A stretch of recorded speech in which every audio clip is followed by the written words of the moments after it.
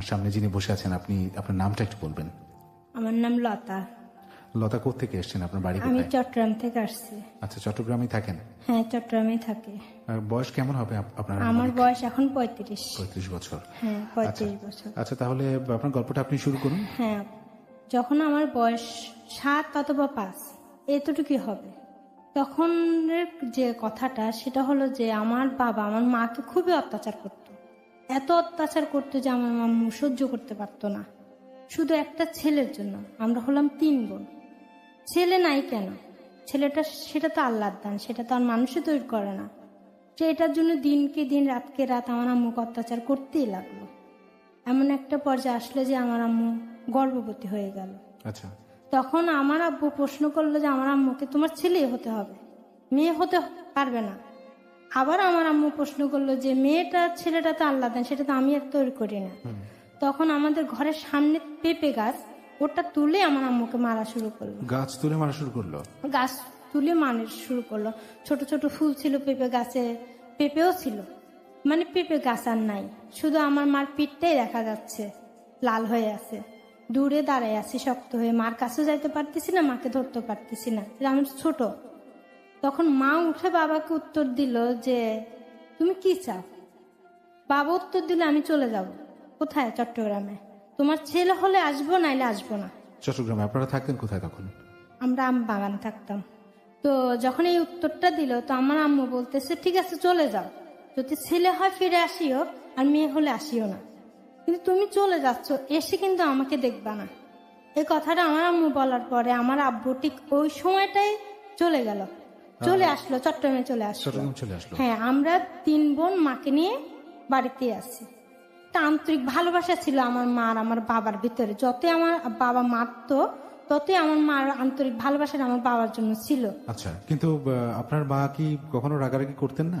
না, কখনো রাগারাগি করতো না। মানে একতরফা সবসময় হ্যাঁ, আপনার বাবাই? সবসময় নরম হয়ে থাকতো, যে বলতো যে স্বামীরা মারলে নাকি ভেস্তে চলে যায়। আচ্ছা, সেরকম বলতো। এই ব্যাপারগুলো কিন্তু অনেকবারই আমি শুনেছি অনুষ্ঠানে, যে স্বামীর পায়ের নিচেই বা হ্যাঁ, স্বামী সেটা যেই আমার মা জায়গাগুলোতে- বেশি বিশ্বাস করতো। হ্যাঁ, স্বামী যে জায়গাগুলোতে মারবে সেই হ্যাঁ, জায়গায় সেই রাগ হয়ে জন্য গেলে- মারগুলি হজম করতো। আচ্ছা, তো হজম করার পরে তা বললো যে তুই ছেলে হয় আসিও, মেয়ে হলে আসিও না, এদেরকে নিয়ে আমি থাকবো। এক পর্যায়ে আমার বাবা মা চট্টগ্রামে চলে আসে, থাকি আমরা 3 বোন মা। তো মা যখন গর্ভবতী, তখন তো আর কিছু করার নাই, বাবাও চলে আসছে, আমরা খাবো কি? তখন দেশ গ্রামের বৌঝিরা তো ঘর থেকে বের হয় না, আচ্ছা, থাকে ঘরের ভিতরে পদ্মা হয়ে। তো ওখানে আমার মা করতো কি, যে লেস ফিতা বিক্রি করা হতো, সেগুলি বিক্রি করা হতো, লেস ফিতা বাসায় বাসায় গিয়ে। আচ্ছা, তাই যখন আমার মা গর্ভবতী, তত আর বের হতে পারতেছে না, তো আমার বড় বোনকে সে দায়িত্বটা দিল। আচ্ছা, আপনার বাবা কি করতেন? বাবা বাড়িতে থাকতো, তখন মাছ ধরতো, মাছ বিক্রি করতো। আচ্ছা, তো উনি তো নাই এখন বর্তমানে। এখন তো আমরা 3 বোনই আছি, মা সহ। আচ্ছা, তো মা বোনকে দায়িত্বটা দিল বিক্রি করার জন্য। সে টাকাটা দিয়ে কেউ চাল দেয়, কেউ ধান দেয়, কেউ খুদ দেয়, সেটা দিয়ে আসলে হচ্ছিল না। এরকম একটা পর্যায়ে গেল। এরকম করতে মা আরো অসুস্থ হয়ে পড়লো, যে মার যে একটা ওষুধ প্রয়োজন সেটা দিতে পারতেছি না, সেটা আমরা জানতেও পারতেছি না মার কি প্রয়োজন। মার যত্ন করতো কে? আপনাদের বোনের? শুধু আমরা 3 বোনই আছি মার কাছে। বোনদের বয়স কেমন ছিল তখন? আমার 6 অথবা 7, আমার বোনটা একটু বড় 10 হবে, আর ছোটটার বয়স 3। ও সবচেয়ে বড়টাই 10 বছর বয়স? হ্যাঁ, 10 বছর হবে, আচ্ছা, এরকম বয়স। তো দেখা গেল যে বাবা কোনোদিন অথবা 100 টাকা পাঠাতো, কোনো মাসে 50 টাকা পাঠাতো, আমার মা টাকাটা খেত না, ওটা আরেকজনের কাছে জমা রাখতো, সেই টাকাটা আমার মেয়ে ছেলেরা খাবে। এমন পর্যায়ে গেল যে সবসময় তো বিক্রি করা হয় না।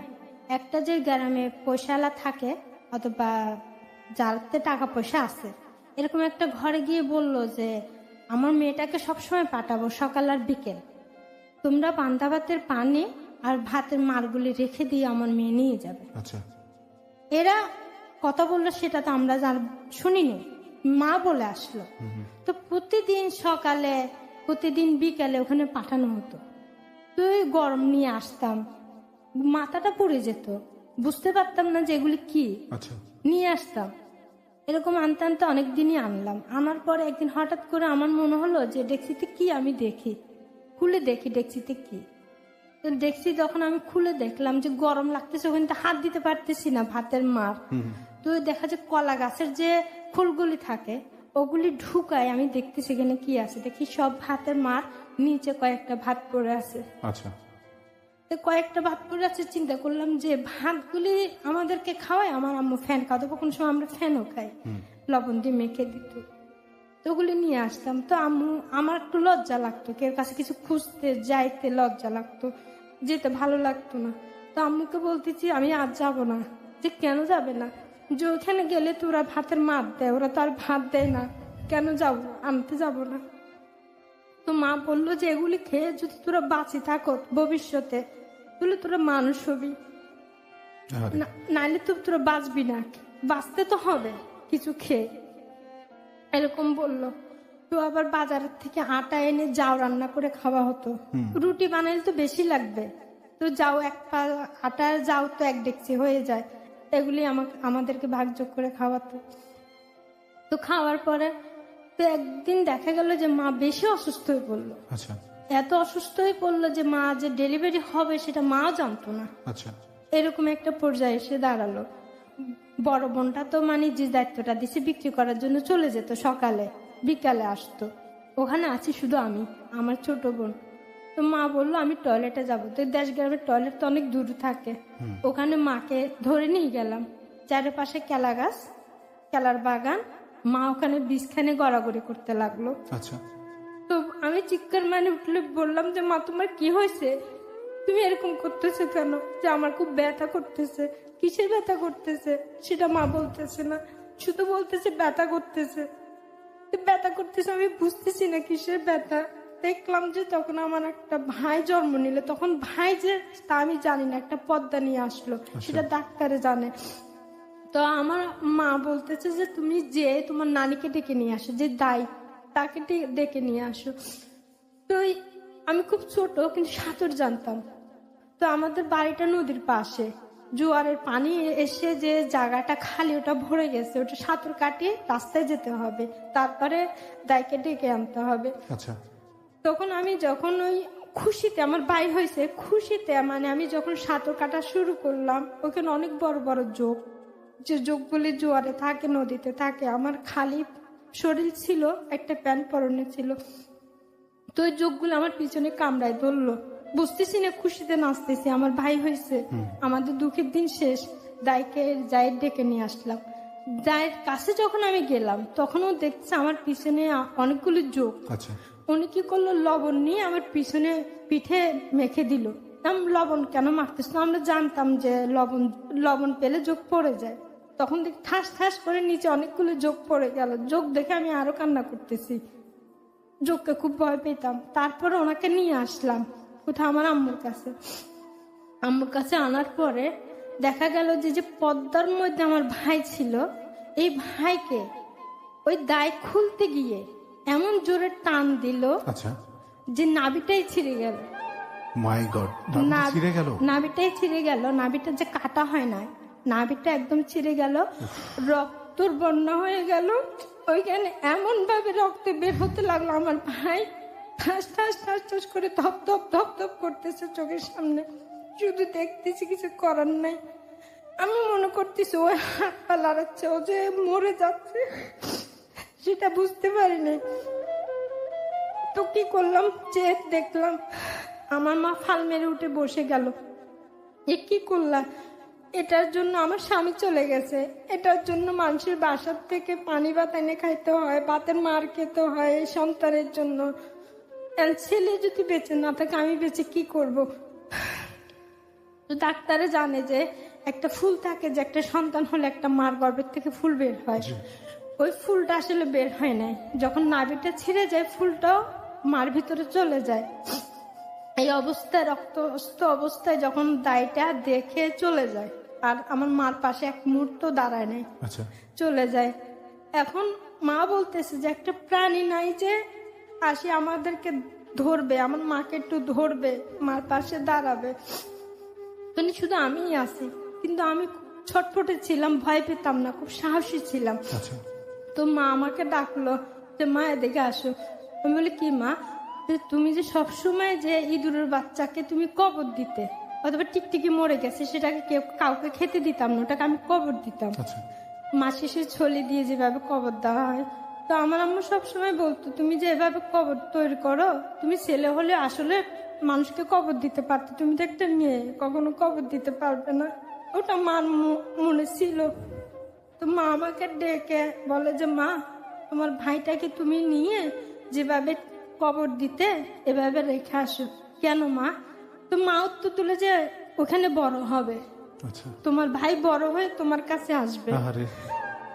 এটা মা বললো। মার কথাটাই বিশ্বাস করলাম, কেন মার কথা কখনো অবিশ্বাস করতাম না আমি।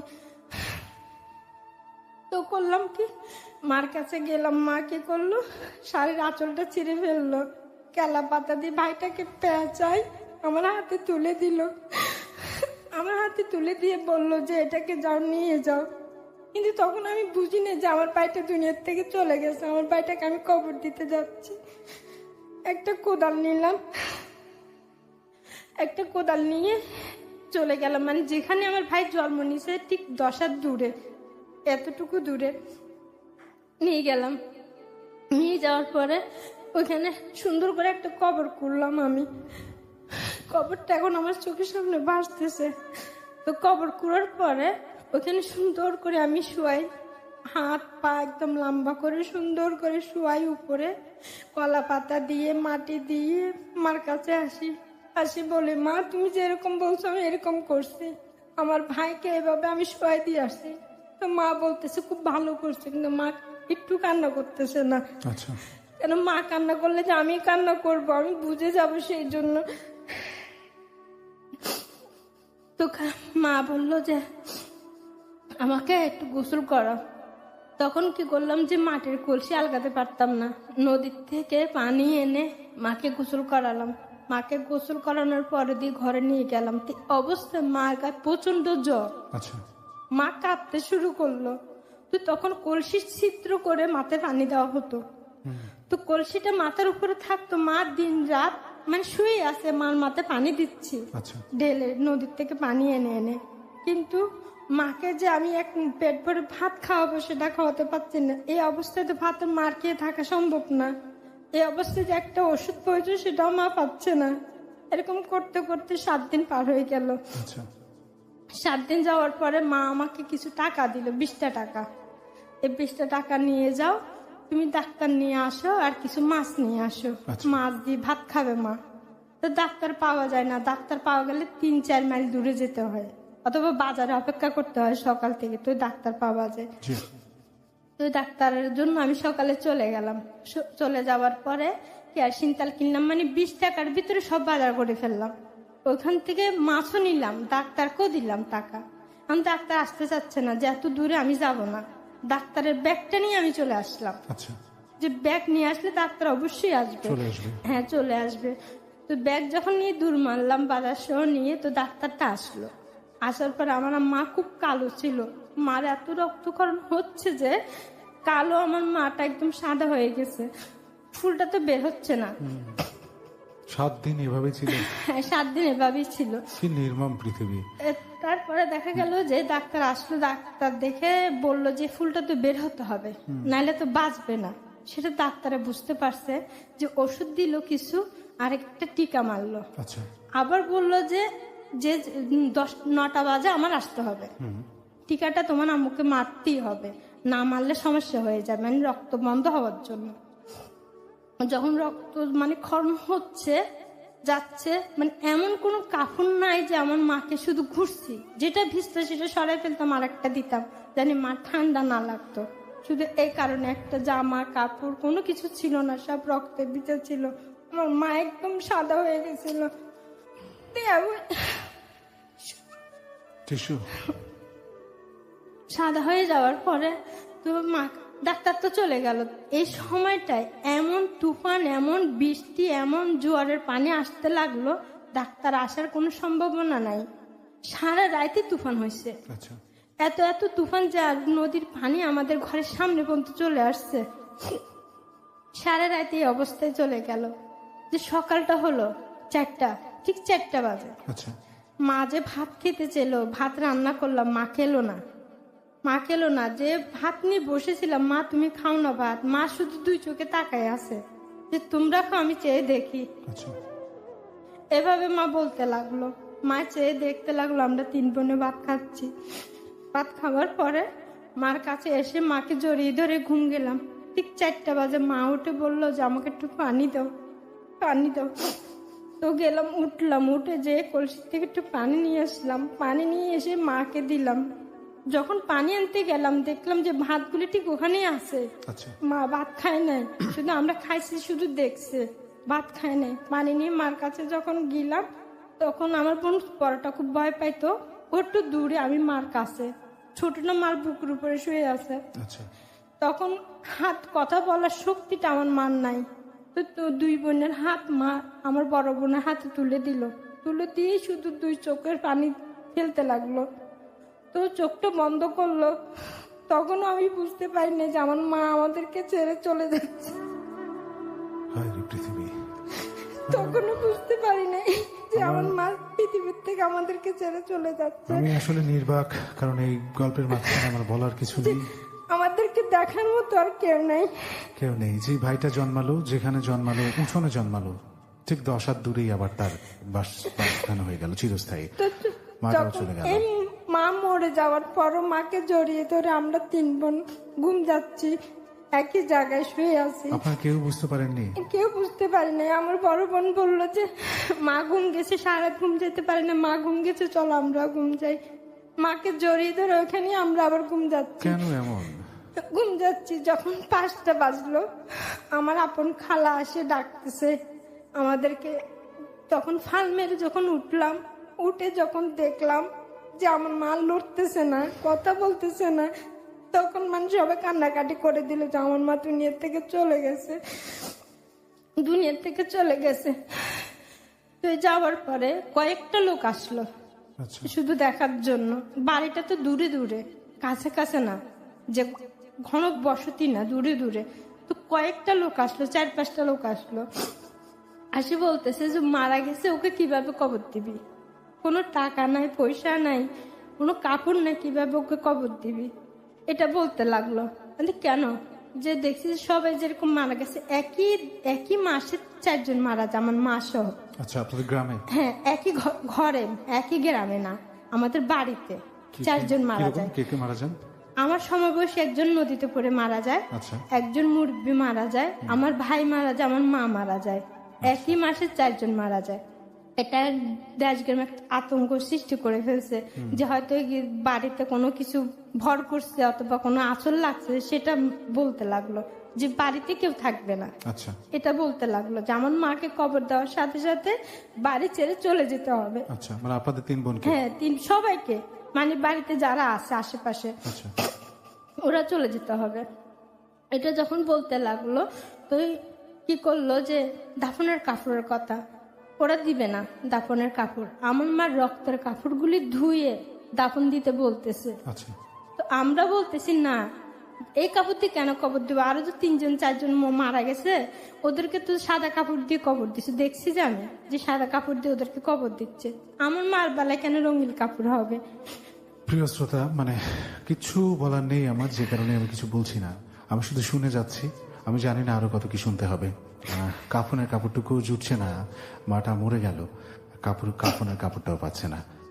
প্রিয় শ্রোতা, এটা উপলব্ধির বিষয়, এবং এটা যদি আপনি ফিল করতে পারেন, আপনি অনেক কিছুই হয়তো রিলেট করাতে পারবেন। যে এই যে ওর ছোট ভাইটিকে, যে ভাইটা ওদের সংসারের জন্য কতখানি একটা ইম্পর্টেন্ট ছিল, যে বাবা ফিরবে।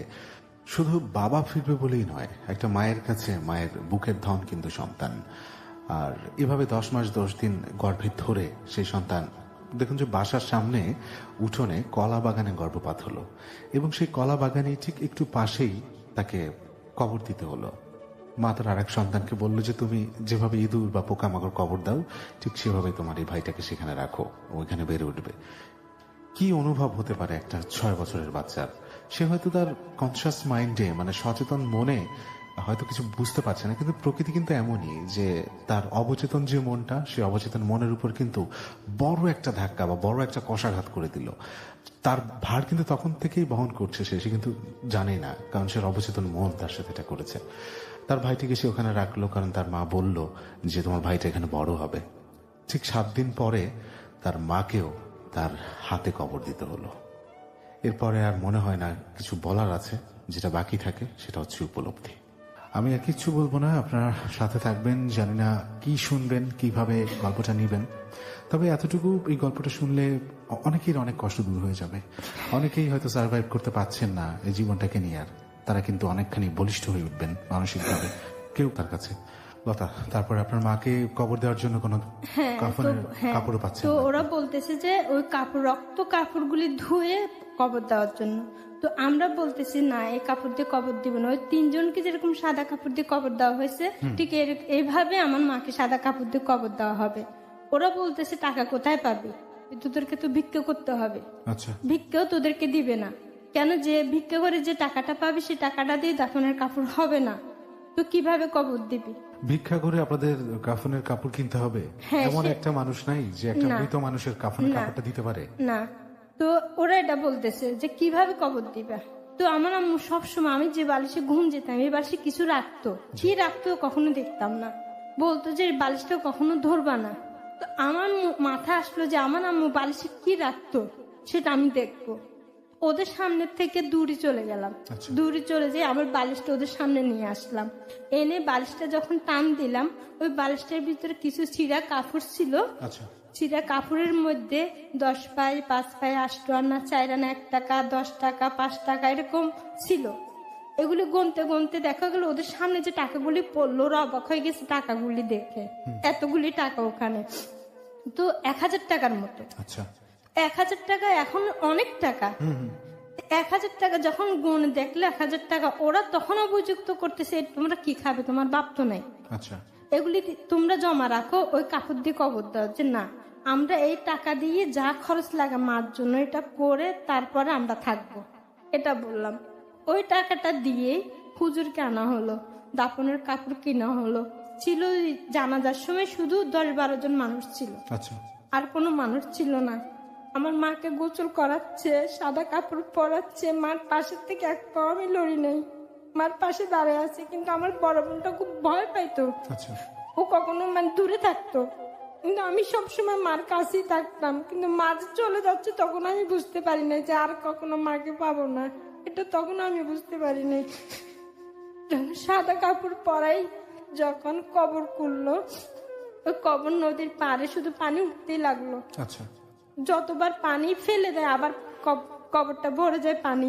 কবর দেওয়ার জন্য কোনো জায়গা নাই, নদীর পাড়ে করতে হবে? হ্যাঁ, নদীর পাড়ি, ওটা কবরস্থান ছিল। আচ্ছা। আমাদের যত জায়গা ছিল সব নদীতেই ভাঙে গেছে, কোনো জায়গা আর ছিল না, শুধু ঘরটা ছিল। আচ্ছা, দুই কবরটা কুড়ে যখন জানাজা করার জন্য আমার মাকে যখন শুয়ালো কবরের মধ্যে, তখন 3 বোনকে ডাকে নিয়ে গেল। নিয়ে যাওয়ার পরে মার চেহারাটা আমাকে দেখাইলো যে মার চেহারাটা তোমরা দেখো।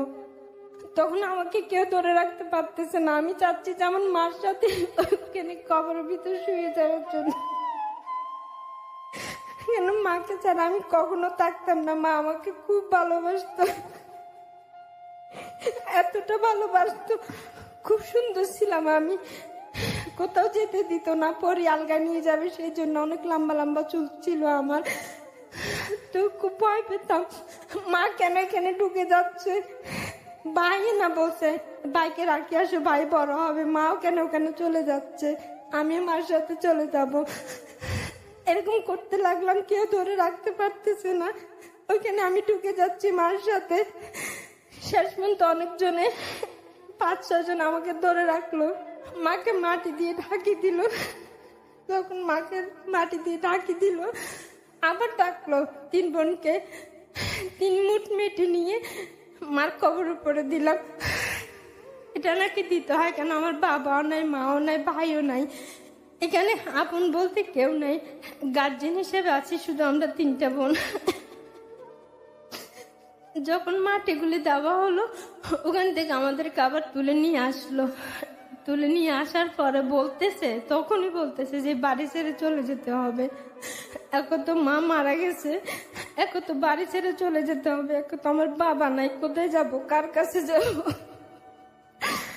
কার কাছে যাব, কোথায় যাব।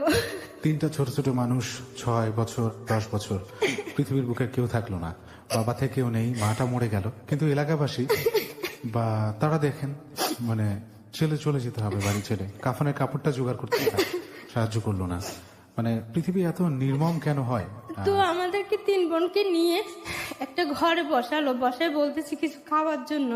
যে মানুষটাই মানা করলো যে দাফনের কাপড় লাগবে না, ওই ঘরেই আমাদেরকে কিছু খাইতে বলতেছে। তো আমরা বলতেছি না, খাবো না তোমার ঘরে। তুমি না বলছো না যে এই টাকা দিয়ে যদি দাফনের কাপড় কিনে হুজুর আনি, তাহলে আমরা খাবো কোত্থেকে? আমরা খাবো না তোমাদের ঘরে। এটা বলে ঘরের থেকে চলে গেলাম। তো সবাই মানে কি, যে কথাটা আমি বলতেছি, কথাটা আমার বোন বড়টাও বলতেছে, সবাই এসে কথাটা কিছু মানুষও বলতেছে, 4-5 জন মানুষও বলতেছে, বল ঠিকই তো, তোমার ঘরে কেন খাবে? তো আমাদেরকে 3 বোনকে ওদিন আমার খালাসহ, আপন খালাসহ একটা স্কুল, বট গাছের তলে ছোট একটা স্কুল ছিল, ছনের ঘর, ওই ঘরের এক পাশে আমাদেরকে থাকতে দিল। থাকতে দেওয়ার পরে সরকারের থেকে কিছুদিন গম দিত, আচ্ছা, মানে কিছু তো গম দিত, সেটা দিয়ে আমরা 3 বোনে খেতাম, আবার আমার খালারাও খেত। ওরা মানে আমাদেরটা দিয়ে চলতো। খালারা কি একই বাড়িতে থাকতো? হ্যাঁ, একই বাড়িতে থাকতো। মানে আমার বাবা ঘর জামাই ছিল, ও আচ্ছা। সেই হিসেবে মানে খালাটা যখন ঘর ছাড়তে হবে, আর কোথায় যাব, মেজো খালার সাথেই থাকতাম। একটা ঘরের কোনাতে আমাদেরকে থাকতে দিত। তো দেখা গেল যে কিছুদিন দিল, কিছুদিন দিল না। এখন আর কিছু করার নাই, আমরা কিভাবে চলবো? আমরা 3 বোনই ভিক্ষা করতে লাগলাম। বাবা তো আসে নাই। তো বাসায় বাসায় বাড়িতে বাড়িতে গিয়ে ভিক্ষা করাটা, মানুষের থেকে খুঁজাটা খুব লজ্জা লাগতো। কখনো তো করিনি, কেউ থেকে কখনো খুঁজি নেই। তো বড় বোনটা খুঁজতো, খুঁজে কেউ চাল দিত, কেউ টাকা দিত, 1 টাকা দিত, 4 আনা দিত, 8 আনা দিত, এরকম দিত। ওইখান থেকে কিছু টাকা আমার বোনে রেখে দিত, সব টাকা খেত না। বাবা আসলে বাবাকে দিবে, সেই জন্য 40 দিন এরকম করতে লাগলাম। 40 দিন পরে বাবা আসলো। 40 দিন পরে বাবা এসে দেখলো যে মাও মারা গেছে, ভাইও মারা গেছে, কেউ নাই। আমরা ওখানে থাকতে, যখন যেদিন বাবা পাড়া দিল বাড়িতে, সেদিন আমি দাঁড়িয়ে ছুটছি বাবাকে মারি ফেলার জন্য, যে তোমার জন্য আমার মা মারা গেছে, তোমার জন্য আমার ভাই মারা গেছে, তুমি থাকলে হয়তো মরতো না, তুমি থাকলে হয়তো বাড়িতে বাড়িতে বাসায় বাসায় কি আমার ভিক্ষা করতে হতো না। তোমার জন্য মারা গেছে, কেউ আমাকে ধরে রাখতে পারতেছে না, আমি মারিয়ে ফেলবো তোমাকে, আমি রাখবো না। তো সব অবাক হয়ে গেছে সেদিন আমার এই সাহসটা দেখে, কেন আমি বাবাকে দানি কুবাই ছুটছি। কেউ যদি না ধরতো, সত্যি বাবাকে মেরেই ফেলতাম সেদিন আমি।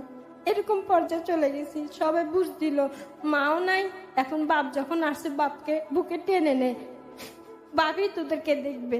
তো কয়েকটা দিন বাবা বলল বিয়ে করবে না, এটা বললো যে তোদেরকে নিয়ে থাকবো। যখন 2টা মাস পার হলো, 40 দিন তো চলে গেল, 2টা মাসের ভিতর বাবা বললো আবার বিবাহ করবে। আচ্ছা। তো মা শখ করে আমার বড় বোনকে একটা নাকফুল দিছিল, ওই বড় বোনের নাকফুলটা খুলে বাবা আবার দ্বিতীয় বিবাহ করলো। আচ্ছা। কিছুদিন যাওয়ার পরে ওই সৎ মাটা খুব অত্যাচার করতে লাগলো, যে ভাত রান্না করতো, ভাত রান্না করে নিজেই খেয়ে ফেলতো, দেখছি আবার 2 রাই সুন্দর করে রেখে দিত, আমাদেরকে দিত না। আচ্ছা। তো খিদে সহ্য করতে পারতাম না, তো বলতাম কি রে আমাদেরকে ভাত দাও না কেন, এটা বললে আরো এমন ভাবে একটা কিল মারতো, যার বলার ক্ষমতা সেটা থাকতো না, এরকম করতে লাগলো। তো বাবাকে বলতে মানা করতো, বাবাকে বললে যে বাবা মারবে, বকা দিবে, সেই জন্য মানা করতো। বাবাকে বলতাম না, ভয়ে, মায়ের ভয়ে বলতাম না। এমন একটা দিন আসলো যে শাক রান্না করছে, তো একটা কাঁচামরিচ গাছের থেকে আমাকে বললো কাঁচামরিচ আনার জন্য, 2টা কাঁচামরিচ নিয়ে আসো, আমার সৎমা খাবে, আমি খাবো। এখন যখন 2টা কাঁচামরিচ দেখলাম, আমার ছোট বোনটা বললো যে ও খাবে। আচ্ছা।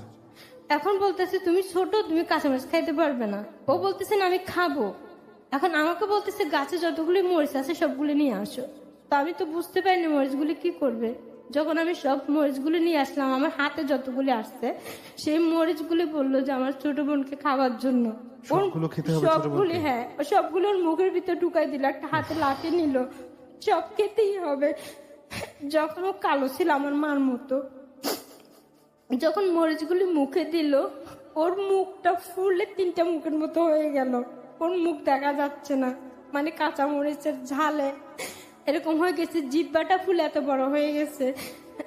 এখন কি করবে, সৎমা তার কিছু বলার নাই, মরিচ তো খেয়ে ফেলছে, ওর তো ক্ষতি হয়ে গেছে। এখন মানা করতেছে বাবাকে না বলার জন্য। এখন আমি ছোট বোনকে নিয়ে নদীর পাড়ে বসে আছি, বাবা কখন আসবে, বাবাকে বলবো। গাছের থেকে রস পেরে ওকে খাওয়াইছি ওর ঝালটা কমানোর জন্য। দেখি বাবা আসছে, বাবা এসে সেই কারণে আমার সৎমাকে অনেক মারধর করছে। আচ্ছা, অনেক মারধর করার পরে সৎমা আমার বাবাকে কেস করে দিছে। কেস করে দিচ্ছে? হ্যাঁ, আচ্ছা। ওনাকে কেন মারা হয়েছে এই কেসের জন্য আমার বাবাকে জেলে ধরে নিয়ে গেছে। এই কেসের জন্য আপনার বাবাকে জেলে যেতে হলো? হ্যাঁ, জেলে হতে হলো। 2 মাস ছিল আমার বাবা জেলে। কারণ বাবাকে ছুটানোর জন্য আবার লঞ্চে লঞ্চে বাড়ি বাড়ি 3 বোন আবার ভিক্ষা করতে লাগলাম। আর আপনার সৎমাকে বাড়িতে থাকলো? বাড়িতে না, সৎমা ওনার বাপের বাড়িতে চলে গেছে কেস করার পরে। আচ্ছা, বাবাকে কিভাবে ছুটাবো, কেউ তো নাই। বাবা যদি পাশে না থাকে আমরা কোথায় যাব? তো আবার ভিক্ষা করতে লাগলাম। ভিক্ষা করার টাকা দিয়ে ওই যেখানে কেস করছে সেখানে গেলাম, সেখানে গিয়ে বাবাকে ছুটালাম। বাবাকে ছুটানোর পরে সৎমাকে নিয়ে আবার ঘরে আসলাম। আচ্ছা। বাড়িতে আসার পরে ঠিক ওই 1 মাস পরেই চট্টগ্রামে চলে আসি। সৎমাকে নিয়ে কি আপনারা আসলেন? হ্যাঁ, কেন বাবাকে বাঁচাতে হলে সৎমাকে আগে আনতে হবে, আচ্ছা। নাহলে বাবাকে তো ছাড়বে না। কোনো অনুশোচনা বা কোনো ভুল করেছে এমন কোনো বোধ ছিল না আপনার সৎমার মধ্যে? না, ছিল না। কেন এটা মানে ওর বলতে হয়েছে যে আমার বোনকে মরিচ খাওয়ায় না, সেটা আমাদের অস্বীকার করতে হয়েছে। আচ্ছা। যে আমাদেরকে কোনো অত্যাচার করে নাই, আমাদেরকে খুব ভালোবাসে, সেই কথাটা স্বীকার করতে হয়েছে। তো যখন নিয়ে আসলাম, বাবা বললো যে এখানে থাকবো না, চট্টগ্রামে চলে যাব। তো নিয়ে আসলো চট্টগ্রামে। আমরা তো ছোট, কোনো কাজ করতে পারবো না। বাবা রিক্সা চালাতো, আমরা ঘরে থাকতাম। কয়েকটা দিন সুখে ছিলাম। দেখা গেল যে বাবা সৎমাকে নিয়ে ছোট বোনকে নিয়ে বাড়িতে চলে গেল। আচ্ছা। ছিলাম আমরা শুধু 2 বোন। 2 বোনের ভিতর বোনটাকে কিছুদিন পরে চাকরিতে জয়েন করালো গার্মেন্টসে। তখন আমার বোনে ফরক ফরাতে গার্মেন্টসে চাকরি জয়েন করলো। আমি রান্না করতেছি ঘরে, আচ্ছা। বড় আপু চাকরি করতেছে। বাবা প্রতি মাসে এসে ওই অর্ধেক টাকাটা নিয়ে যেত, আর অর্ধেক টাকাটা দিয়ে যেত 2 বোনের জন্য, শুধু খানার টাকাটা, আরগুলি সব নিয়ে যেত। তখন বেতন কত ছিল? 500 টাকা না 1000 টাকা, তার বেশি না। যখন একটু বুঝের হলাম, আমি একটু বড় হলাম, তখন আমাকে একটা বাসায় কাজে দিয়ে ফেললো। চট্টগ্রাম থেকে আমাকে ঢাকা পাঠানো হলো। ওখানে 1 বছর চাকরি করলাম, বাসায় কাজ করলাম। বাসায় কাজ করার পর আমার বোন তো ওখানেই আছে। কাজ করার পরে আবার চট্টগ্রামে নিয়ে আসলো। আনার পরে আবার আমাকে 2 বোনের সাথে একই জায়গায় চাকরিতে জয়েন করালো। আচ্ছা। তো আমি একটু সুন্দরের কারণে সবাই আমার দিকে চোখ দিত, খারাপ নজরে দেখতো। কাজের জায়গায়? কাজের জায়গায়, বাইরেও। আচ্ছা। তো আমি কোথায় যাব? বড় বোনটা বললো তুই কি সুন্দর, তোর থেকে তো সুন্দর মেয়ে আরো আছে, তোর দিকে কেন এত খারাপ চোখে তাকায়? তোকে নিয়ে আমি কোথায় যাব? তখন দেখেন আবার বাসার কাজে পাঠাই দিল আমাকে। আচ্ছা। বোনটা চাকরি করতেছে, যখন বাসার কাজে আবার পাঠাই দেওয়া হলো। এবারও কি ঢাকায়? হ্যাঁ, ঢাকায়, একই জায়গায়, একই বাড়িতে। তো ওই জায়গাটা যাওয়ার আগে বোনের বিয়ে হয়ে গেল। আমি ওকে ঢাকাতে আছি, বোনের বিয়ে হয়ে গেল, আমি জানিনি। বিয়েটা কে দিল? বাবা? বাবা মানে পছন্দ করছে বোনে, বাড়িতে নিয়ে গেছে। আচ্ছা। পরে বাবাই বিবাহ দিছে। দেওয়ার পরে তো বোন স্বামীর সাথেই আছে, আমি তো বাসায় কাজ করতেছি। যখন একটু আমার বুঝ হলো যে বাসায় কাজ করতেছি, সে আমাকে খারাপ নজরে দেখলো। আচ্ছা। সেটা তো আমি বুঝতেছি না, তখন আমি সাবলক হইনি। কিন্তু ওই যে আন্টিটা, সে বুঝতে পারলো। আন্টিটা বলতে? আন্টি যার ঘরে কাজ করতাম, সে। আচ্ছা। সে বলতেছে এই মেয়েকে তো আমি ঘরে রাখতে পারবো না, এই মেয়েকে দিয়ে দিতে হবে। 2 বছর চাকরি করলাম, ওখানে বাসায় কাজ করলাম। ওখান থেকে আবার নিয়ে আসলো চট্টগ্রামে। আচ্ছা। আনার পরে বললো তুমি যেখানে খুশি চলে যাও, আমাদের বাসায় আর থাকতে পারবে না, আমি নিতে পারবো না। তো আমি কোথায় যাবো? আমার হাতে তখন 3000 টাকা দিল। এসে দেখলাম যে বোন নাই, বোন শ্বশুর বাড়িতে চলে গেছে। এখন আমি কার কাছে যাব? বোন বলতে কি আপনার ইমিডিয়েট বড়টা? হ্যাঁ, আমার বড়টা। ওর বয়স কত হয়েছিল তখন? তখন 15 হবে, মানে তাড়াতাড়ি বিয়ে হয়ে গেছে। বাল্য বিবাহ? হ্যাঁ, বাল্য বিবাহ হয়ে গেছে। ও শ্বশুর বাড়িতে চলে গেছে। ওর শ্বশুর বাড়িতে আমি চিনি না, কোনো ঠিকানা আমার কাছে নেই। ওর শ্বশুর বাড়িতে যাইতে পারবো না, বাড়িতে যাওয়ার সাহস পাচ্ছি না। চাকরিটা ধরতে গেলে তো আমার কেউ কাছে থাকতে হবে, আমি কার কাছে থাকবো? একটা পরিচিত মেয়ের কাছে গেলাম, আচ্ছা, বান্ধবীর মতো, যে আমাকে একটু তোমাদের কাছে কিছুদিন থাকতে দাও।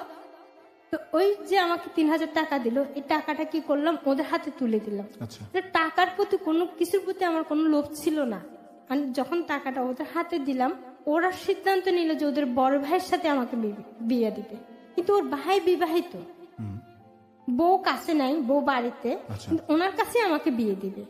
তখন তো আমি বিয়ের সম্বন্ধে কিছু বুঝি না, কেন আমার বাবা মাকে যখন অত্যাচার করতো সেটা যখন দেখতাম, ওইটার কারণে আমি ছেলেদেরকে খুব ঘৃণা করতাম, যে সব ছেলেরা মনে হয় বিয়ে করে সন্তানের জন্য, ছেলের জন্য এরকম মারধর করে অথবা আবার বিয়ে করতে চায়, এটা সবসময় আমার মাথায় থাকতো। এটাই হয়, কারণ কোমলমতি শিশু তার সামনে যা হতে দেখে, হ্যাঁ, এটা সবসময় আমি ভাবতাম। সেটাই বিশ্বাস করে তারা। হ্যাঁ, তখন ওরা জোর করে আমাকে 1 মাস পরে ওনার সাথে আমাকে বিয়ে দিল।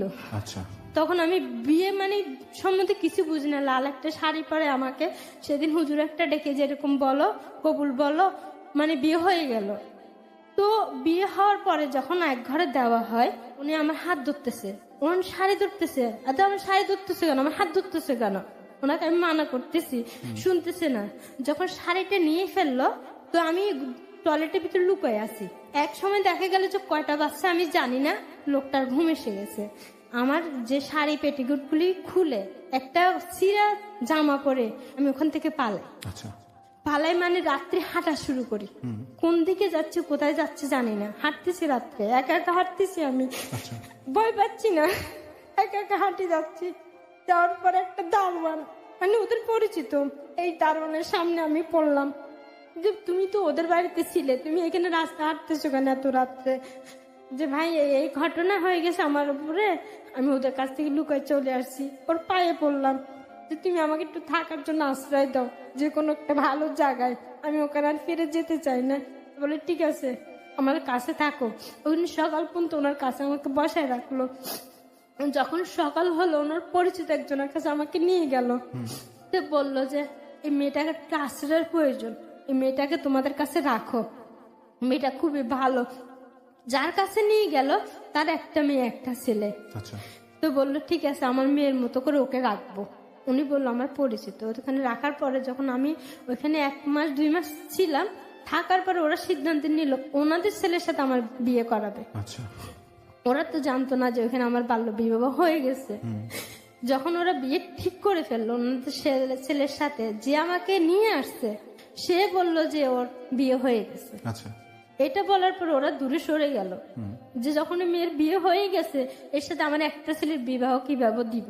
এটা বলার পরে আমাকে একটা চাকরি দিল আচ্ছা, নিয়ে, যে তুমি এখানে চাকরি করো, আমার কাছে থাকো। চাকরিটা দিল কারা? যাদের কাছে থাকতাম ওরাই? ওরাই দিল। আচ্ছা, প্রথম যখন করতে গেলাম তখন দেখা গেল সাগর নামের ছেলেটা, সে সবসময় আমাকে ফলো করতো ওই চাকরির জায়গায়, চাকরির জায়গায়, যে আমি কোথায় যাচ্ছি, কি করতেছি, কি খাচ্ছি, সবসময় ফলো করতে লাগলো। আমি জানতাম না। 3 মাস চাকরি করলাম, 3 মাসে আমাকে ফলো করতে লাগলো। তো দেখা গেল যে হঠাৎ করে একদিন আমার সামনে এসে দাঁড়ালো, দাঁড়ায় বললো যে তোমার বাড়ি কোথায়, তুমি কোথায় থাকো, কার কাছে থাকো, কিন্তু সব জানে কোথায় থাকি। তারপরে জিজ্ঞাসা করতেছে যে আমি তোমাকে কেন বলবো আমি কোথায় থাকি, তোমাকে বলার তো কোনো দরকার নেই, তোমাকে আমি চিনি না, তুমি আমাকে চিনো না, আমি তোমাকে চিনি, আমি তোমার সাথে কাজ করি। যখন মাছ ফিশারি চাকরি করা হয় তখন হাতে মোজা, মুখে থাকে মোজা, শুধু চোখ দুটোটা দেখা যায়, আচ্ছা, আর কিছু দেখা যায় না। তখন আমি চিনতাম না যে এই ছেলেটাই আমার পাশে কাজ করতো, সাগর নামের ছেলেটা। যে বললো যে আমি তোমাকে বিয়ে করব, যে আমি বিয়ে করব না। যে কেন করবে না, যে আমি বিয়ে করব না, কেন করব বিয়ে তোমাকে, আমি আমার বিয়ের বয়সই হয় নাই, আমি ছেলেদেরকে আমি পছন্দ করি না। কেন করো না? যে সব ছেলেরাই এরকম, বিয়ে করে ছেলে না হলে মারধর করে, আবার একটা বিয়ে করতে চায়, এরকম করতে লাগলাম। তো বললো আসলে তোমার এটা ভুল ধারণা, সব ছেলেরা তার এক না, আমি তোমাকে খুব পছন্দ করি, তোমাকে বিয়ে করতে চাই। আর তাহলে আমি যে বাসায় থাকি সে বাসায় বিয়ে প্রস্তাব নিয়ে যাও, যদি তোমার বিয়ে করতে ইচ্ছে হয়।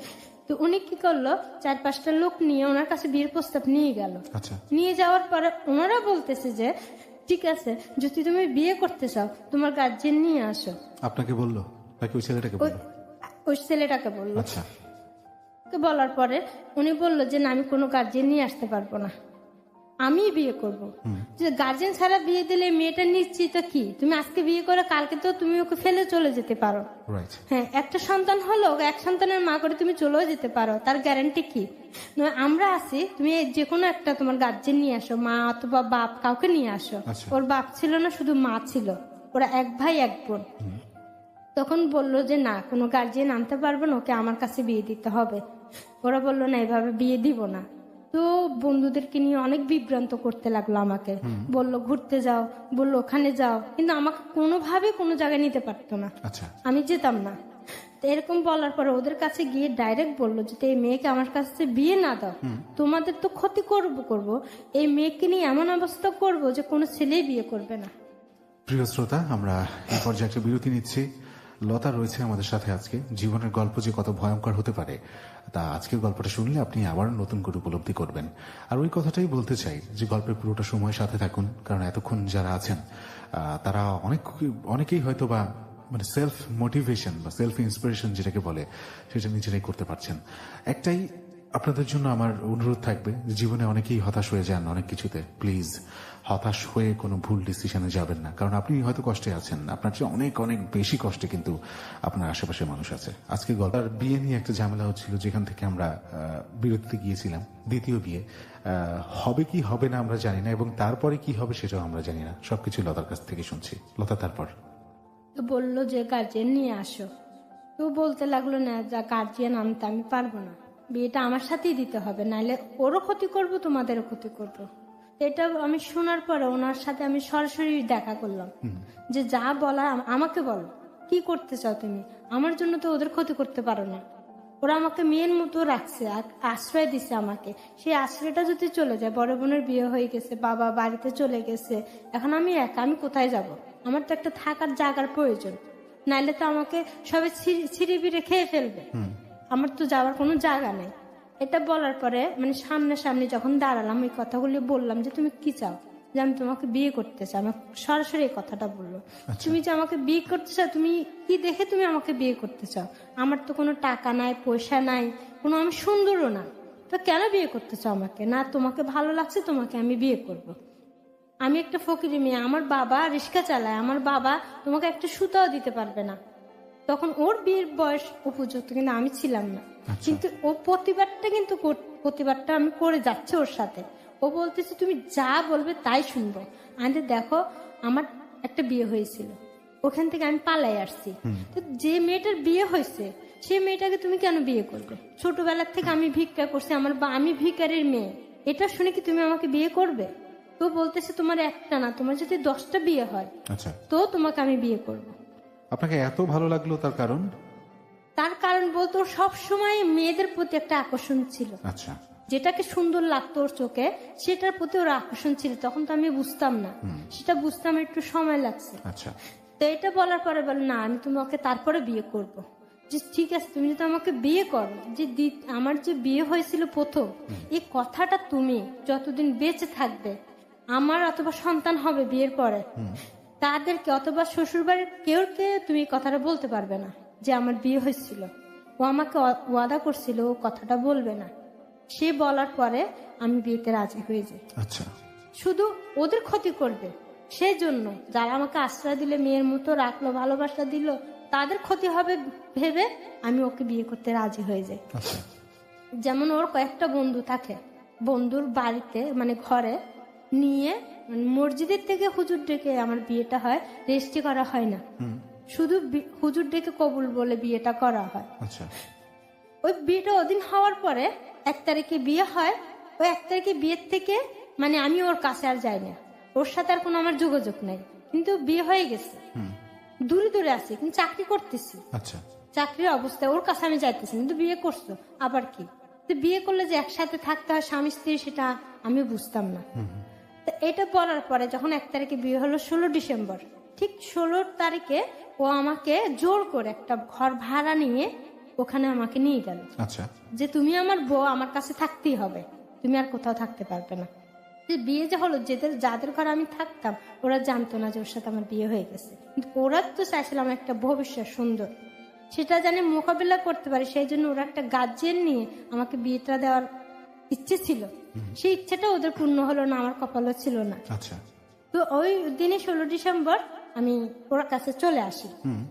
ও দেখা গেল যে একটা শাড়ি কিনলো, একটা ব্লাউজ নিয়ে আসলো, যেগুলি পর ছোট একটা ঘর, চারপাশে দেওয়াল দেওয়া, তো ঘরে আমাকে পড়তে বললো, আমি পড়লাম, পরে বসে আছি, কোনো ডেক্সি নাই, পাতিল নাই, কোনো খাবার নাই, কিচ্ছু নাই। ও দোকানে গিয়ে আমার জন্য একটা বাটিতে করে একটা ডিম আর ভাত নিয়ে আসলো। আচ্ছা, তো আমি খাচ্ছি না, আমাকে জোর করেও নিজে হাতে আমাকে খাওয়াই দিল। তো ভাত খাওয়ার পরে যে দেখা গেল যে ও আমার হাত ধরতে চাচ্ছে, আমার শাড়ি ধরতে চাচ্ছে, কি রে তুমি বিয়ে করছো ঠিক আছে, তুমি তোমার জায়গায় থাকো, আমি আমার জায়গায় থাকি। হ্যাঁ, তো বলে বিয়ে করলে এভাবে থাকে না। তো এভাবে থাকে না, কিভাবে থাকে? ওই একই ঘটনা আপনার সাথে আবার ঘটলো, আপনি আবার আতঙ্কিত হচ্ছেন। হ্যাঁ, সেটা মানে ভয় পাচ্ছে। শুধু আমার মাকে যে মারতেছে আমার বাবা, ওটা আমার চোখে চোখে ভাসতেছে। ভাসতেছে। এরকম এক পর্যায়ে দেখা গেল যে আমিও কান্না করতেছি, ও কান্না করতেছে। ওর কান্নাটা আমার খুব খারাপ লাগতেছে, যে আমার সামনে একটা ছেলে কান্না করতেছে এভাবে, আমার খুব খারাপ লাগে। কান্না করতে করতে খুব দুর্বল হয়ে পড়ছি আমি। আচ্ছা। দুর্বল হয়ে পড়া যে স্বামী স্ত্রীর যে মিলনটা হয়ে থাকে তারপরেই ঘটছে ওর সাথে। কিন্তু তখন যে আমার আসলে যে বয়সটা থাকে বিয়ের, সেই বয়সটা তখন আমার ছিল না। মানে আমার এত সমস্যা হয়েছিল যে তখন যে সকালবেলা আমি 5 ঘন্টার মতো অজ্ঞান ছিলাম। মানে বিয়ের পরে স্বামী স্ত্রীর যে একটা, হ্যাঁ, মিলন ঘটার পরে আচ্ছা। 5 ঘন্টা আমি অজ্ঞান ছিলাম। ডাক্তার এনে আমাকে স্যালাইন দিয়ে আমাকে হুশ করা হয়। আচ্ছা বলেন তো ওই সময় বয়স কত ছিল আপনার? তখন 11-12 বছর হয় 11-12 বছর বয়স তখন আপনার? হ্যাঁ। কি পাশবিক! এরকম। 11-12 বছর বয়স্ক একটা মেয়েকে বিয়ে করলো এবং কি নির্যাতনটা করলো, 5 ঘন্টা সে জ্ঞানহীন থাকলো। তো স্যালাইন দিল, স্যালাইন দেওয়ার পরে মহিলা ডাক্তার আনছে। মহিলা ডাক্তার এনে বলে যে তুমি ওকে বিয়ে করছো, তুমি ওনার স্বামী? বলতেছে হ্যাঁ। যে তুমি যে ও একটা ছোট মেয়ে, ওকে তুমি বিয়ে করছো, যদি পুলিশে জানে তোমাকে তো ধরে নিয়ে যাবে। তার মধ্যে ওকে এমন অবস্থা করছো, ও তো উঠে দাঁড়াতেও পারতেছে না। তুমি তো একটা আপেল একসাথে খেয়ে ফেলতে চাইছো, যে আপেলটা রেখে রেখে খাবে সেটা তো তুমি ভাবো না। ও খুব তখন লজ্জা পাইছে। লজ্জা পাওয়ার পরে মানে খুব আমাকে যত্নে রাখছে। আচ্ছা কয়েকটা মাস আমাকে খুব যত্নে রাখছে। চাকরিটাও ছেড়ে দিতে বলছে। আচ্ছা। চাকরিটাও ছেড়ে দিলাম। ভাড়ার ঘরে ঠিক 5 মাস ছিলাম। 5 মাসে 3 মাসের মধ্যে আমার সন্তান গর্ভে এসে যায়। এই আমার 11 বড় বছর সন্তান। 11 বছর বয়সে? হ্যাঁ, বড় সন্তানটা। আচ্ছা, আগের যে বিয়েটা হয়েছিল সেখান থেকে কোনো খোঁজ খবর আপনার জন্য করেনি তারা? খোঁজ অনেক করছে, হয়তো বা আমাকে পায় নাই, আচ্ছা। এটা আর কি। কিন্তু সবসময় লুকাই থাকতাম, আতঙ্কে থাকতাম। এই বুঝে আমাকে দেখে ফেলে, এই বুঝে আমাকে ধরে ফেলতেছে, এই বুঝে আমাকে নিয়ে যাইতেছে। এটা তো খুব আতঙ্কেতে আমি থাকতাম। খুশি মনের ভিতর থাকতো, সেটা আমার কখনো থাকতো না। খুব শান্তিতে দিনগুলি কাটতে লাগলো। তো আস্তে আস্তে ওকে আমি ভালোবাসতে শুরু করলাম। আচ্ছা। ওর প্রতি যে ভালোবাসে, যে টানটা, ও না খেলে আমি খেতাম না। ও তো বা দেরি করে আসলে ওকে জ্বরে ধরে আমি কান্না করতাম, যে তুমি আমাকে ফেলে যাইও না, আমার ভয় করে, তুমি সবসময় আমার কাছেই থাকবে, বাইরে থাকবে না, এরকম বলতে লাগলাম। তখন আমার সন্তানটা আমার গর্ভে আসলো 3 মাস। তখন ভাড়ার ঘর থেকে আমার শ্বশুর বাড়িতে নিয়ে গেল। আচ্ছা। 5 মাসে, বিয়ের 5 মাসে শ্বশুর বাড়িতে নিয়ে গেল। শাশুড়ি চোখে দেখতো না, অন্ধ ছিল। সামান্য সামান্য আংশিক দেখতো, কোনো কাজ করতে পারতাম না। তো শাশুড়ি আমাকে মেনে নিল। একটা সন্তান বিয়ে করে ফেলছে, মেনে নিল। তো যে স্বাভাবিক যেটা হয়ে থাকে বাড়িওয়ালা, ওরা একটু করছে যে এই মেয়েটাকে বিয়ে করছে, ও তো লেখাপড়া জানে না, নামাজ কালাম জানে না, কিছুই জানার ছিল না। এই মেয়েটাকে বিয়ে করছে, এই মেয়েটাকে নিয়ে তুমি সুখে থাকবে, বলে ওকে নিয়ে আমি সুখে থাকবো। আমার সন্তানটা হলো। সন্তানটা হওয়ার ঠিক 1 বছর পরে আমার শাশুড়িটা মারা গেল। আচ্ছা। শাশুড়িটা আমাকে খুব ভালোবাসতো। শাশুড়ি কি বয়সের হ্যাঁ, কারণে? বয়স্ক ছিল। আচ্ছা ক্যান্সার হয়েছিল, ক্যান্সারের কারণেই তাড়াতাড়ি মারা গেছে। আচ্ছা। আমাকে খুব ভালোবাসতো, ছেলের থেকেও বেশি আমাকে ভালোবাসতো। আমার শাশুড়ি মারা যায়, আমার দ্বিতীয় সন্তান আমার গর্ভে 2 মাস। আচ্ছা। আমার শাশুড়ি জানতো না। তো একে একে আমার ঘন ঘন 3টা সন্তান হয়ে গেছে। তো আমি ঘরের থেকে এক পা কখনো বের হতাম না। আচ্ছা। ও যেটাই আনতো সেটাই খেতাম, অথবা কোনোদিন চাউলে আনতো না, রান্না করতাম না, উপাস থাকতাম। কিন্তু যে বাচ্চারা দুধ খেত, তখন আমার বুকটা ছিঁড়ে যেত, মানে চিনচিনে করে উঠতো। খালি পেটে বাচ্চাকে দুধ খাওয়াচ্ছি, আমার পেটে তো খানা নাই, বাচ্চাকে তো দুধ খাওয়াতেই হবে। এরকম একটা সিচুয়েশন যখন পড়লাম, তো ওকে বললাম যে ঠিক আছে, তুমি যখন এত ইনকাম করতে পারতেছো না, ঠিক আছে আমি কি ওর কাজ করি। একটা বাসায় যখন আমি কাজ করতে লাগলাম, মাসে আমাকে দিত কত 150 টাকা। আচ্ছা। 100 টাকা সকালে ধোয়া ফালা ধুতাম, বিকালে ধোয়া ফালা ধুতাম, 100 টাকা দিত, 150 টাকা দিত। ভাত থাকতো, তরকারি থাকতো, সেগুলি দিত। সেগুলি এনে স্বামীকে নিয়ে, সন্তানদেরকে নিয়ে খাওয়া শুরু করলাম। দেখি না, আর্থিক অবস্থা এমন দিকে যাচ্ছে যে আরো খারাপ দিকে যাচ্ছে। ওদের যেখানে ভাত লাগতো আমার আধা কেজি, ওখানে লাগতেছে 1 কেজি। আচ্ছা। হচ্ছে না। তখন দেখা যায় আমি নকশির ফুল করা শুরু করলাম। নকশি কাতার ডিজাইন করে করে ওগুলি নিজে কাপড় কিনে অথবা কের থেকে খুঁজে নিয়ে আসলাম, যে আমাকে তো আমি ফুল আঁকতে জানি। তো ওদেরকে খেতা সিলাইতাম, ওরা খেতার থেকে আমাকে 200 টাকা দিত, না 300 টাকা দিত। এরকম করতে লাগলাম। এরকম করতে করতে আমার 4 নাম্বার সন্তানটা আমার গর্ভে। আচ্ছা, ঘন ঘন গর্ভ সন্তান জন্ম দেওয়ার কারণে আমার এমন অবস্থা হলো যে সন্তানটা যখন আমার আসছে গর্ভে, মানে আমার শরীর ফুলে গেছে, আচ্ছা। আমার পা আমার হাত ফুলে গেছে। আপনার 4 নম্বর সন্তান গর্ভে? হ্যাঁ, আমি হাঁটতে পারতেছি না, কোনো কাজ করতে পারতেছি না, এক গ্লাস পানি ঢেলে কিন্তু আমি খাইতে পারতেছি না। আপনার 3টি সন্তান যে আগের, হ্যাঁ। ওদের বয়সের পার্থক্য কত এক একজনের? এই 1.5 বছর 2 বছর আচ্ছা, এতটুকু পারতক্য। এতটুকু সময় তো একটা মায়ের সেই শারীরিক মানে হ্যাঁ, গঠন থাকে না। বা শক্তিটা ফিরে আসে কথা না। আসলে তখন যে ওষুধ খেতে হয়, কোনো কিছু করতে হয়, এরকম কেউ আমাকে পরামর্শ দেয় না, আমি জানতামও না। আচ্ছা, সেই কারণে যখন আমার সন্তানটা গর্ভে এসে যায় তখন তো আমি কেউ বাসায় কাজও করতে পারতেছি না, কোনো কিছু করতে পারতেছি না, ঘরে থাকতে হতেছে। আমি বিছানায় শুতেও পারতেছি না, আমার পা ফুলে গেছে। 5টা মাস আমি চেয়ারে বসে বসে ঘুম গেছি। আচ্ছা। এই 5 মাস আমার স্বামীর থেকে আমি বিরত ছিলাম। তার ওই 3টা সন্তান যখন ছিল তখন ও এমন কোনো কাজ করতে বললে আমি কখনো না বলিনি, তুমি ভালো থাকলে আমি ভালো। যখন আমার সন্তানটা গর্ভে আসলো ওর থেকে আমি দূরে সরে গেছি। তবে আমি জানতাম যে আমি তো কালকে, আজকে না কালকে তো আমি ভালো হব, আমার স্বামী তো আমারই থাকবে, আর তো কেউ হবে না। তখন দেখা গেল যে আমার ধারণাটা ভুল ছিল। আচ্ছা, আমার স্বামীর প্রতি যে বিশ্বাসটা, যে ভালোবাসাটা, সেটা দিন কি দিন আমি ভুল বিশ্বাস করি সামনের দিকে চলে গেছি। আচ্ছা। কখনো কিরকম সেটা? খারাপের দিকে আমার স্বামীকে আমি দেখিনি, দেখেননি? হ্যাঁ। দেখি নাই। সবসময় ওকে ফেরেস্তার মতোই ভালোবাসতাম। ও হয়তো কখনো রাত্রে আসতো না, 1 দিন আসতো না, 2 দিন আসতো না, ওর জন্য অপেক্ষা করে বসে আসছে, ভাত খাবো, আসলো না, ভাতের জায়গায় রয়ে গেছে, কিন্তু আমার খাওয়া হলো না, স্বামী আসে না বলে খাইনি। যখন আমার সন্তানটা গর্ভে, ও বললো যে এটা ফেলে দাও। আচ্ছা, তো আমি বললাম যে আমি মরলে মরবো, যে দুনিয়াতে যে আসতেছে সে আসো, তার কারণ যদি আমার মরতে হয় আমি মরবো, তারপর ওর কোনো ক্ষতি করব না। যে সন্তানটা আমার গর্ভে ছিল ঠিক একই ঘটনা আমার মার বেলায় যেটা ঘটছে সেটা একই বেলা আমার বেলায় ঘটতেছিল। যে কষ্টটা আমার মা পাইছে, ওষুধ পায় নাই, আচ্ছা। খাবার পায় নাই, একই সিস্টেমটা আমার বেলা হচ্ছে। আপনার উপরে কি ভাত তোলা হতো, মারধর করা হতো? তখন মারধর করা হতো না, এমনি গালাগালি করা হতো। যখন ওর ইচ্ছাটা পূর্ণ করতে পারতেছি না আমি আমার শারীরিক অবস্থার কারণে, জি। তখন ও মানে গালাগালি করতো, এটা কখনো মারধর করতো না। তো যখন আমার সন্তানটা যখন হবে, মানে যখন আমাকে ডাক্তার কাছে নিয়ে গেল ডেলিভারি করার জন্য, তখন দেখলো যে আমার যে নাটটা গলার পেঁচানো, আমার সন্তানের নাটটা গলা পেঁচানো। যদি আমি ঘরে যদি আর 1 ঘন্টা থাকতাম, আর আধা ঘন্টা থাকতাম, আমার ছেলেটাও মারা যেত, আমিও মারা যেতাম। ছেলের নাটটা গলায় পেঁচানো মানে ঠিক বুঝিনি, মানে কিরকম ভাবে? ওটা ডাক্তারে জানে যে নাভিটা, যে নাটটা ওটা গলায় পেঁচানো যেটা থাকে ওটা বনপৈতা বলা হয়। আচ্ছা, আচ্ছা, আচ্ছা। গলায় যদি পেঁচানো থাকে, ওই যদি টান পড়ে ওই ফাঁসির মতো আচ্ছা। সন্তানটা গর্ভেই মারা যাবে, এরকম ছিল। তাও তো আমি জানতাম না, সেই কারণে আমার হাত ফুলা, পা ফুলা। তখন কিন্তু আমি একটা ওষুধ খাইতে পারিনি, আচ্ছা। আমি একটা ডিম কিনে খেতে পারিনি, আমি একটা দুধ খেতে পারিনি, এই অবস্থাতে গেছে। যখন সন্তানটা আমার হবে, এই দিন যখন আমাকে মেডিকেলে নিতে চায় না, তা আমি ওর পায়ে পড়লাম যে আমি বাঁচতেছি আমার সন্তানদের জন্য। যখন আমরা ছোট ছিলাম মা মারা গেছে, কত কষ্ট করছি সেটা জানি। সেই জন্য আল্লাহর কাছে সবসময় আমি বলতাম যে আল্লাহ, আমার ছেলে মেয়েদেরকে সামনে আমাকে কখনো মৃত্যু করো না। যে কষ্টগুলো আমরা করছি, হয়তো এই কষ্টগুলো আমার ছেলে মেয়েরা করতে পারে, এটা সবসময় আমার কল্পনার ভিতর থাকতো। ওটা কষ্ট করছি যখন যুবতী ছিলাম, সেটা সহ্য করতে পারছি। এখন যখন সন্তান হয়ে গেছে, এখন মার কথাটা বেশি বেশি মনে পড়তেছে। আমি যদি মরে যাই আমার সন্তানদের কি করবে? আমরা তো ভিক্ষা করে খাইছি, আমার সন্তানরা মনে এরকম ভিক্ষা করবে, এরকম ভাতের মার খাবে, এটা আমার কল্পনাতে চলে আসতো। তো ডাক্তারে দেখলো যে সন্তানটা সুস্থ আছে, নিয়ে গেছে, আমাকে ফেলে রাখছে। আচ্ছা। হলো ছেলে হওয়ার পরেও খুব খুশি হয়ে গেল, ছেলে হলো।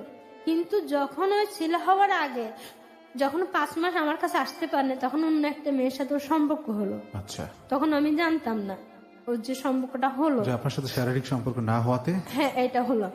এরকম হতে হতে যখন আমার ছোট ছেলের বয়স 2 বছর হয়ে গেল, তখন আমি বুঝতে পারলাম যে অন্য একটা মেয়ের সাথে ওর সম্পর্ক হয়ে কিভাবে গেল। আপনি বুঝলেন? ওই যে আমি অসুস্থ ছিলাম, ও আমার কাছে আসে না। এখন তো আমি সুস্থ, এখন কেন আমার কাছে আসতেছে না? ওকে। আগের মতো তো আমাকে দেখতেছে না, ভালোবাসতেছে না। ছেলে মেয়েদের জন্য আগেও যে ঘরে আসলে কিছু না কিছু হাতে করে নিয়ে আসতো, এখন তো নিয়ে আসতেছে না। ও খালি হাতে আসতেছে, অথবা ছেলে মা বাবার কাছে গেলে লাথি মেরে ফেলে দিচ্ছে, আচ্ছা অথবা আমি গেলে আমাকে লাথি মেরে ফেলে দিচ্ছে, তুই আমার কাছে কেন আসতেছিস? অথবা মনে করতাম যে টাকা পয়সা নাই, অথবা এই কারণে কাজ পাচ্ছে না, এই কারণে এরকম করতেছে, এটা ভাবলাম। আমি আবার মানুষের বাসায় কাজ করা শুরু করলাম। আচ্ছা না, আমার ছেলের বয়স তখন 2 বছর, ছোটটা। ওগুলি স্কুলে পাঠাবার সময়টা আমি স্কুলে দিতে পারি নাই, কেন যখন আমার হাত পা ফুলে গেছে তখন আমার মেয়েটা তখন ওই পানি এনে আমাকে খাওয়াইতো। ওই রান্নার ঠিক আমার মার যে কাজটা আমি করছি সেই কাজটা আমার মেয়ে আমার জন্য করছে। আচ্ছা, প্রকৃতির কি নির্মম মানে ওই মেয়েটা আমার জন্য করছে। যখন 5 বছর বয়স আমার মেয়েটাকে স্কুলে দেওয়ার জন্য, ওর বয়সটা 10 হয়ে গেল, তারপর আমি স্কুলে দিতে পারিনি। আচ্ছা আমার কাজটা করতে যখন ওর ভাই বোন ছোট ছোট, আমি মানুষের বাসায় কাজ করতে যাইতেছি, ভাই বোনদেরকে কে দেখবে? একা ঘর, শ্বশুর শাশুড়ি কেউ নাই, তখন ও দেখতো আমি মানুষের বাসায় কাজ করতে চাইতাম। এরকম করতে করতে দেখলাম যে না, হচ্ছে না। ওকে বললাম যে মানুষের বাসায় কাজ করতে হচ্ছে না, না আমি অন্য একটা চাকরি করি, আচ্ছা, তুমি অনুমতি দাও আমাকে। ও বলতেছে না, চাকরি করতে হবে না। মানে স্বামীর বেতনে পোষাতো না?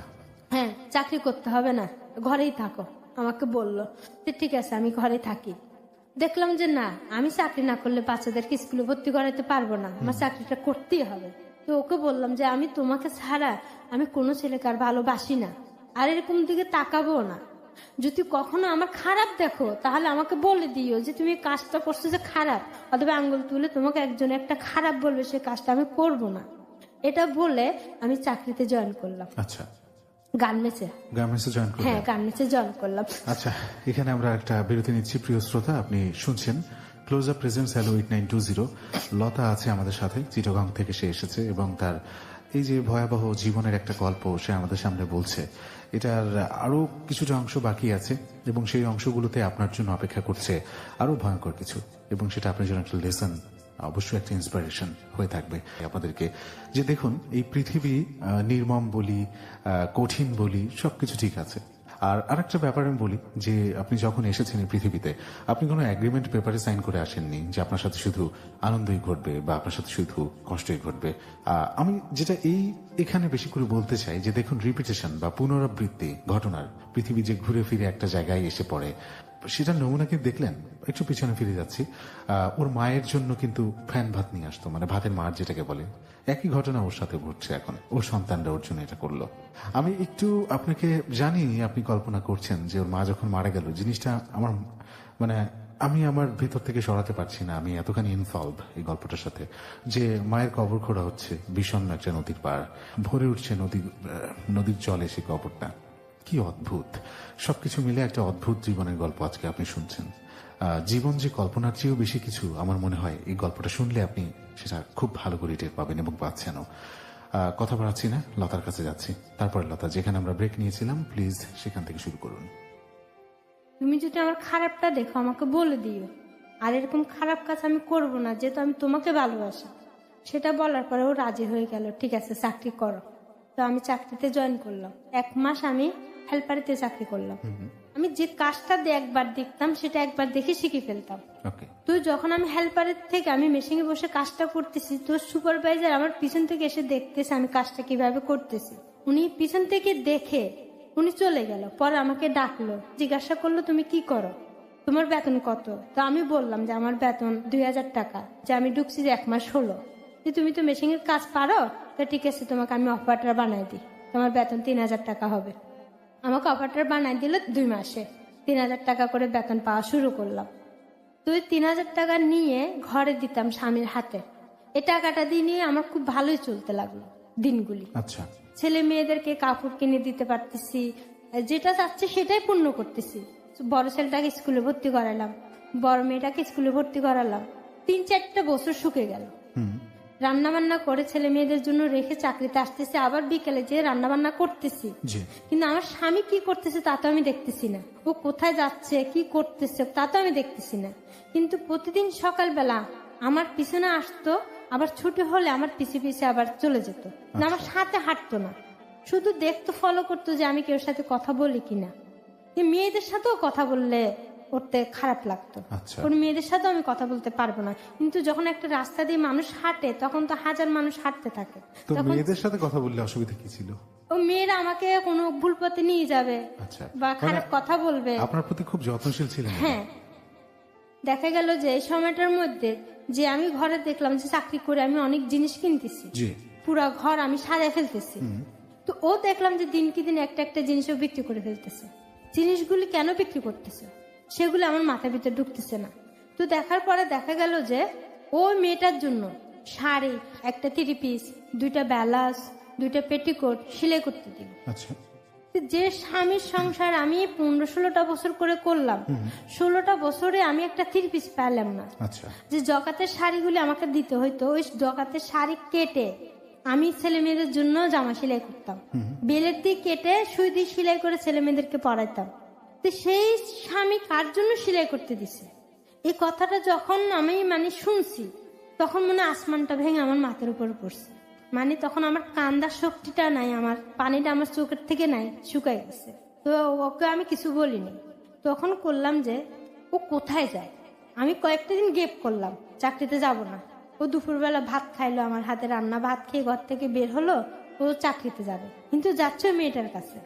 আমি ফলো করলাম। তো মেয়েটার ভাই যে ডিসিশনটা আমাকে দিছে, ঠিকানাটা দিছে, আমি ওখানে যেয়ে দেখি যে ওখানে ও থাকে না, ওর ভাই থাকে। যে তোমার বোন কোথায়, যে অমুক জায়গা থাকে, আমি অমুক জায়গা যাবো, আমাকে নিয়ে যাও। যে কেন, যে আমি তোমার বোনের বান্ধবী, আমি ওনার সাথে একটু কথা বলবো। বলে না, আমি কোনো মেয়েদের সাথে যাই না, তুমি যাও। কিন্তু আমি যাওয়ার আগে ওর কানে এসে কথাটা চলে গেল যে আমি ওকে খুঁজতেছি। আচ্ছা আমি ঘরে আসার আগে আগে ও আবার চলে আসলো ঘরে। আসার পরে আমাকে ধরেই প্রথম শুরু হলো আমার স্বামীর হাতে প্রথম মার। ও যখন আমি রিক্সার থেকে নামতেছি, আমাকে ধরে পরে কিল মেরে বলতেছে, কি তুই কোথায় গেছিস, ওকে কোন ব্যাটার সাথে দেখা করতে গেছিস, তোর টাকার এত প্রয়োজন, তুই আমাকে বলতি। এই কথাটা যখন বলছে, তখন ওকে বলার কোনো ভাষা নেই। ও এমনি গালাগালি করতো, কিন্তু এইভাবে কখনো গালাগালি আমাকে করে নাই, মারধরও করে নাই। তো অপমান সহ্য করতে না পেরে আমি ঘরে যে নিজের মাথাতে নিজে ইটা দিয়ে বাড়ি মারি। Oh my God! আমি অজ্ঞান হয়ে পড়ে যাই। এত জোরে নিজের মাথায় মারলেন? হ্যাঁ, নিজে মাথায় মেরে অজ্ঞান হয়ে পড়ে যায়। ছেলে মেয়েরা আমার জন্য কান্না করতেছে, হয়তো মা মরেই গেছে। আচ্ছা আর ঘর থেকে আর একটা মানুষ এসে ওকে একটা থাপ্পড় মারে। থাপ্পড় মারি বলে যে প্রায় আমি শুনতেছি যে তুমি ঘরে টাকা পয়সা দিতেছো না, অন্য জায়গায় টাকা পয়সা খরচ করতেছো, ঘরে আসতেছো না। হ্যাঁ, ও সারাদিন চাকরি করতেছে, এসে ঘরের মধ্যে আবার একটা 10টা বাজে এসে আমার রান্না করতে হইতেছে। তো এই যে সারাদিন চাকরি করে এসে 10টা বাজে রান্না করলে আমি কখন ঘুম যাব, আবার সকালবেলা কিভাবে উঠবো, সকালবেলা আবার ছেলে মেয়ের জন্য রান্না করতে হবে, ওদের জন্য রান্না করে চুলোর উপর রেখে চলে যেতে হতো। কিন্তু আমার জাস্ট টাইমে চাকরিতে যেতে হবে। যে 4 বছরে কখনো আমি অ্যাবসেন্ট করিনি, ঠিক সময় চাকরিতে জয়েন করতাম, প্রতি শুক্রবার আমি যেতাম। আচ্ছা সেই কারণে আমাকে প্রতি বছর অ্যাবসেন্ট না করার জন্য আমাকে কিছু টাকা দিত, খুশি করানো হতো। আচ্ছা একটা উপহারের জিনিস পাওয়া তো খুব খুশির কথা, অবশ্যই। খুব খুশি হতাম আমি ওই টাকাটা পেয়ে। ওই জিনিস দিয়ে ছেলে মেয়েদের জন্য যা খেতে চাইতো, ফল ফ্রুট, এগুলো আমি কিনে নিয়ে যেতাম। কিন্তু ও মনে করতো যে এগুলো আমাকে অন্য লোকে কিনে দিচ্ছে। তো আপনি ক্লিয়ার করেননি কেন? আপনি বলতেন না কেন? সেটা বললো বিশ্বাস করতো না। কেননা আমি ওর ভুলটা ধরে ফেলছি, তো সেই কারণে। ও আচ্ছা, যেটা আপনার উপর চাপানোর একটা চেষ্টা হ্যাঁ, চলছে। তো আমি বলতেছি যে আমার কাছ থেকে তুমি কি পাও না, তোমার জন্যই তো আমি চাকরিতে করতেছি। আমার ঘরে একটা লেট্রিন ছিল না, আমার ঘরে কারেন্ট ছিল না, ছেলে মেয়েরা অন্ধকারে বসে থাকতো, ছনের ঘর ছিল, কোনো টোন ছিল না। আমি চাকরি করে টয়লেট দিলাম, ঘরে কারেন্ট আনলাম, চাকরি করে চারপাশে টোন দিয়ে ঘর বানালাম। আচ্ছা এগুলো তো আমার স্বামীর জন্য, আমার ছেলে মেয়ের জন্যই তো করলাম না। আমি সঞ্চয়টা করতে পারিনি, সব টাকা এভাবে খরচ করলাম। তারপরে ও দিনকে দিন মেয়েদের পিছনে ও থাকতেই লাগলো। আচ্ছা যে আমার চাকরি 7 বছর বয়স হয়ে গেল, তখন ওর বোনের মেয়ের বিয়ে, ওখানে যেতেই হবে, যে বিয়েতে যেতে হবে। আমি বেতন পাইলাম ওখান থেকে 2000 টাকা বিয়ের মাইনের জন্য নিয়ে গেলাম। তো নিয়ে যাওয়ার পর ওর বোনের সাথে, যে ওর বোনের যে বন্ধুর সাথে খুব ক্লোজ ছিল, সেটা আমার বিয়ের পর থেকেই দেখে আসছি। যে মেয়েকে বিয়ে দিচ্ছে, ওনার শাশুড়ি মারা গেছে, ওরা সবাই যাবে কোথায়, ওদের বাড়িতে দাওয়াত খেতে যাবে বিয়ের পরের দিন। তো ঘর তো খালি। আমার ছোট ছেলের তখন বসন্ত, পুরো মুখে পুরো শরীরে বসন্ত, ছেলেকে ফেলে তো আমি কোথাও যেতে পারবো না। তো বোনের বাড়িতে আমি থাকলাম, যে তোমরা যাও আমি আসি।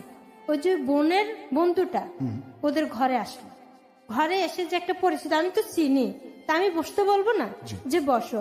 বসতে বললাম, তো বললো আমাকে 1 কাপ চা দাও। যে কি খাবেন? তো আমি 3টে চুলো ধরায়ে মানে ওইখানে যে তরকারিগুলি আছে ওগুলি গরম করতেছি, ভাত গরম করতেছি, চা রান্না করতেছি, কিন্তু আমার হাজবেন্ড উনি কিন্তু যায় না কোথাও, উনি বাইরে আপ ডাউন করতেছে, মানে আমাকে সন্দেহ করতেছে আচ্ছা, আমি কেউ সাথে কথা বলি কিনা। তো লোকটা আসলো, কিন্তু আসলে লোকটার মতলব খারাপ ছিল সেটা তো আমি জানতাম না। তো আমি কি করলাম, গরম চা নিয়ে ওনার কাছে গেলাম, দেখলাম যে উনি এক ঘর রেখে আরেক ঘরে চলে গেল। ওই ঘরে যাওয়ার পরে যখন আমি চাটা ওনাকে দিলাম, টেবিল উপরে রাখলাম, উনি আমার দুনো হাত ধরে ফেলছে। আচ্ছা, ধরে বললো যে তোমাকে আমার খুব পছন্দ, তুমি আমার সাথে একটু সময় কাটাও, যে আমি তো এই ধরনের মেয়ে না। তো আমি যে স্বামীকে ভালোবাসি, এতটা ভালোবাসি, সেটা তো সামান্য ভুলের কারণে সেটা নষ্ট হয়ে যাবে, সেটা আমি নষ্ট করতে চাই না, আমি তোমার কাছে মাপ চাই। আচ্ছা, ওনার হাতটা কিন্তু আমার হাতের উপরে, আমার হাত ধরে রাখছে, আমি ওনার কাছে মাপ চাচ্ছি, কিন্তু এটা আমার স্বামী শুনে নেয়। আচ্ছা, কিন্তু উনি যে কথাগুলি বলছে সেগুলি শুনে ফেলছে, বলার কারণে সাথে সাথে দুজনে মারপিট শুরু করে দিল, আচ্ছা, যে তুমি আমার বউকে তুমি নষ্ট করে ফেলছো। মানে ওর কথা মানে এমন এমন খারাপ বলতেছে যে তুমি এতদিন পরে তোকে ধরলাম, আমি তো এতদিন করছো তাহলে আমি ধরতে পারিনি, আজকে হাতে নাতে ধরলাম তোকে, তুই এই কাজ করে হয়তো তুই টাকা ইনকাম করস, নতুন নতুন কাপড় কিনস, ঘরের টোন দেস, কথা বলে শুরু করলো। ওই লোকটা বললো যে ভাই আমার ভুল হয়ে গেছে। উনি আমার স্বামীর পা ধরে মাপ চাইতে লাগলো, যে ওর কোনো দোষ না, আসলে দোষটা আমার, ভুলটা আমার, তুমি ওকে মাপ করে দাও। আসলে ও সত্যি একটা ভালো মেয়ে, ও বিশ্বাস করতে লাগলো না। ও বললো যে তুই ওকে নষ্ট করছিস, ওর কারণে আমাকে 50,000 টাকা দিতেই হবে। কি অদ্ভুত পলিসি। তখন যে আমার মার কথাটা আরো বেশি বেশি আমার মনে পড়তে লাগলো, যে ভয়টা সারা জীবন তারাইছে আপনাকে। তখন মানে আমি লজ্জায় মানে কাউকে মুখ দেখাতে পারতেছি না, কি আমার মুখটা কি আমি পুড়ে ফেলবো, মানে দেখাবার কোনো ভাষা নাই আমার। ওর সামনে আমি দাঁড়াতে পারতেছি না, ওকে আমি কি জবাব দিব, কেন ও তো আমার হাত ধরতে দেখছে, কিন্তু ও যে অভিযোগটা করতেছে কিন্তু এগুলি তো কিছু আমার সাথে ঘটে নাই। ও লোকটা পায়ে পর্যন্ত পড়লো ওর, যে আমাকে মাফ করে দাও ভাই, আমার ভুল হয়ে গেছে, কিন্তু ও মাফ শুনবে না, ওকে টাকা দিতেই হবে। কিন্তু তখন আমার ওই মেয়ে দুইটা ওই দাওয়াতে চলে গেছে, আমার ছেলে তো ঘরে অসুস্থ পড়ে আছে, ওর সারা গায়ে বসন্তর দাগ, ও কান্না করতেছে, মানে আমার কান্না দেখে যে আম্মু কান্না করতেছে কেন, ও তো কিছু বুঝে না, ছোট। তো আমি বলতেছি যে দেখো যখন ভুল করে ফেলছে তুমি মাফ করে দাও। ও বলতেছে তুই ওর হয়ে আবার কথা বলতেছিস, আচ্ছা, ওর সাথে রিলেশন তোর কতদিন ধরে, তুই বল আমাকে। যে ওর বোন চলে আসলো দাওয়াতের থেকে, আর থাকলো না, তো আমাকে জিজ্ঞাসা করলো যে এরকম আমি চা দিতে গেছি, আমার হাত দুইটা ধরে বললো এরকম এরকম। তো ওরা বিচারে বললো যে তুমি কি চাও, আচ্ছা, আমার হাজবেন্ডকে বললো।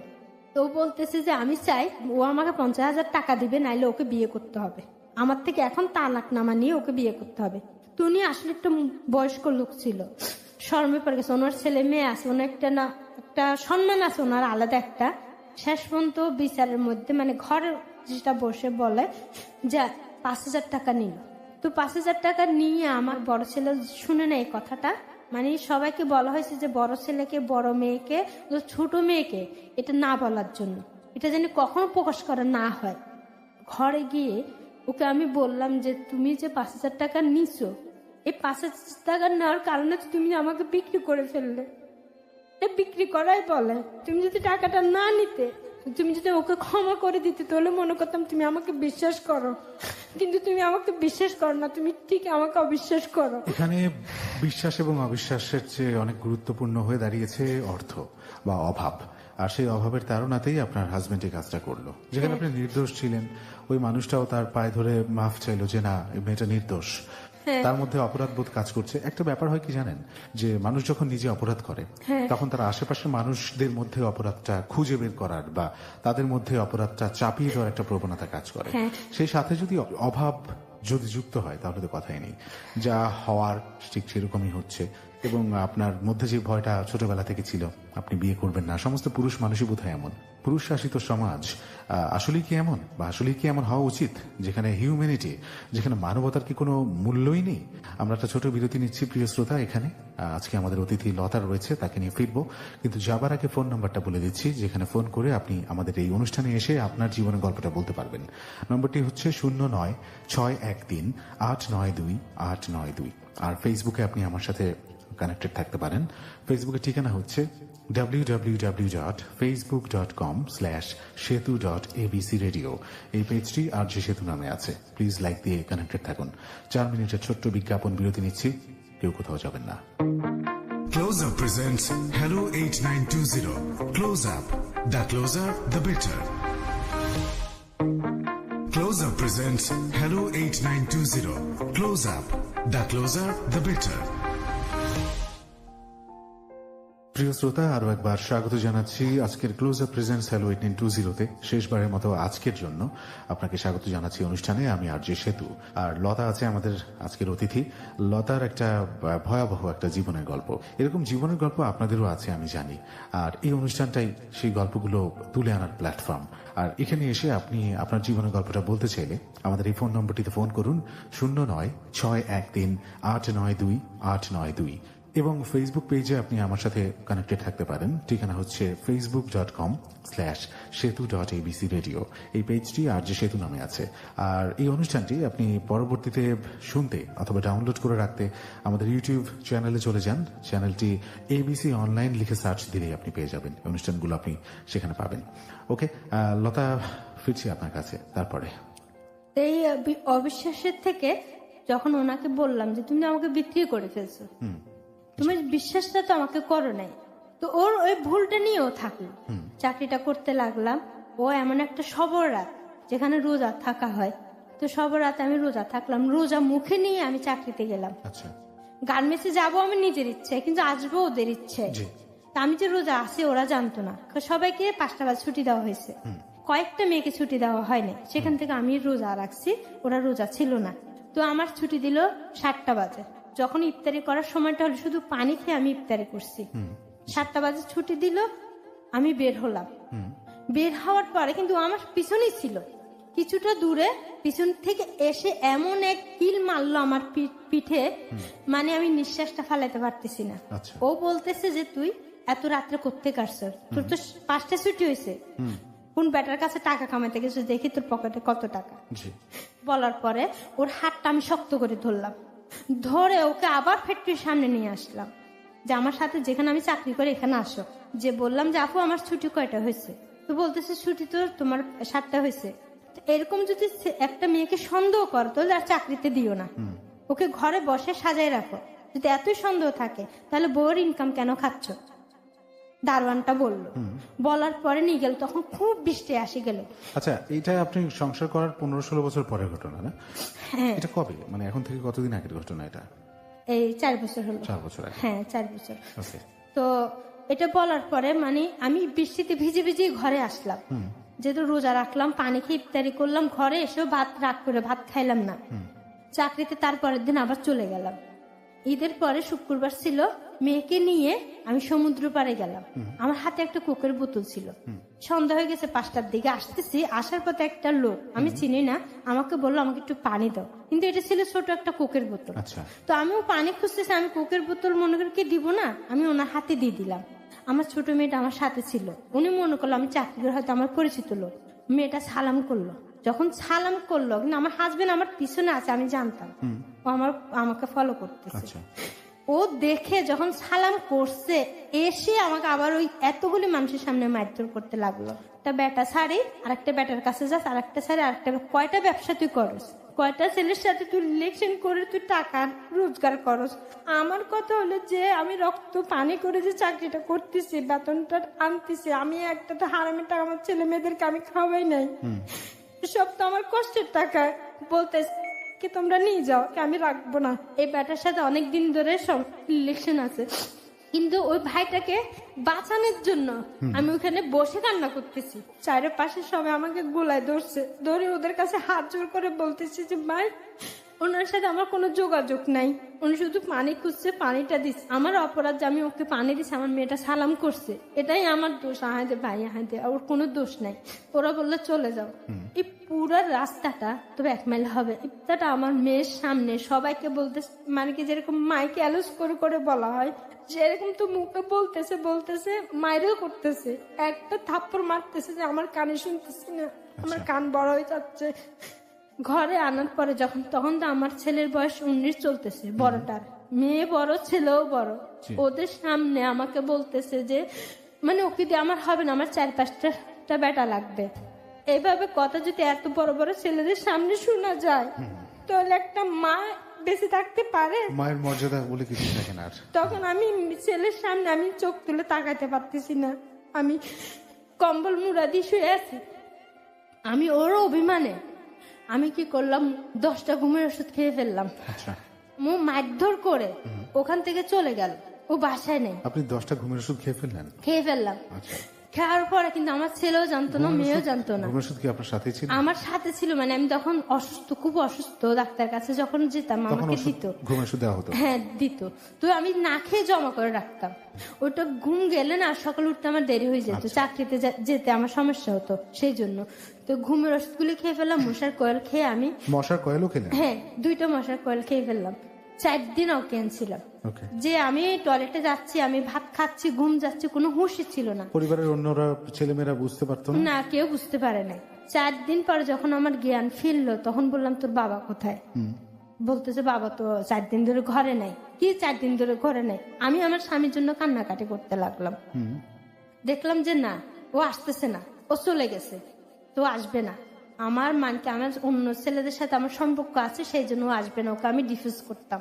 আচ্ছা, যার জন্য আমি এত কষ্ট করলাম, মানুষের বাসায় কাজ করলাম, খেতা সিলাইলাম, গার্মেন্টে 10 বছর চাকরি করলাম, তাকে আমি ডিফিউজ দিব না? ডিফিউজ আমি দিব না। আমি এভাবেই থাকবো, যত মারে যত কিছু করে আমি এভাবেই থাকবো, আমি কোথাও যাব না।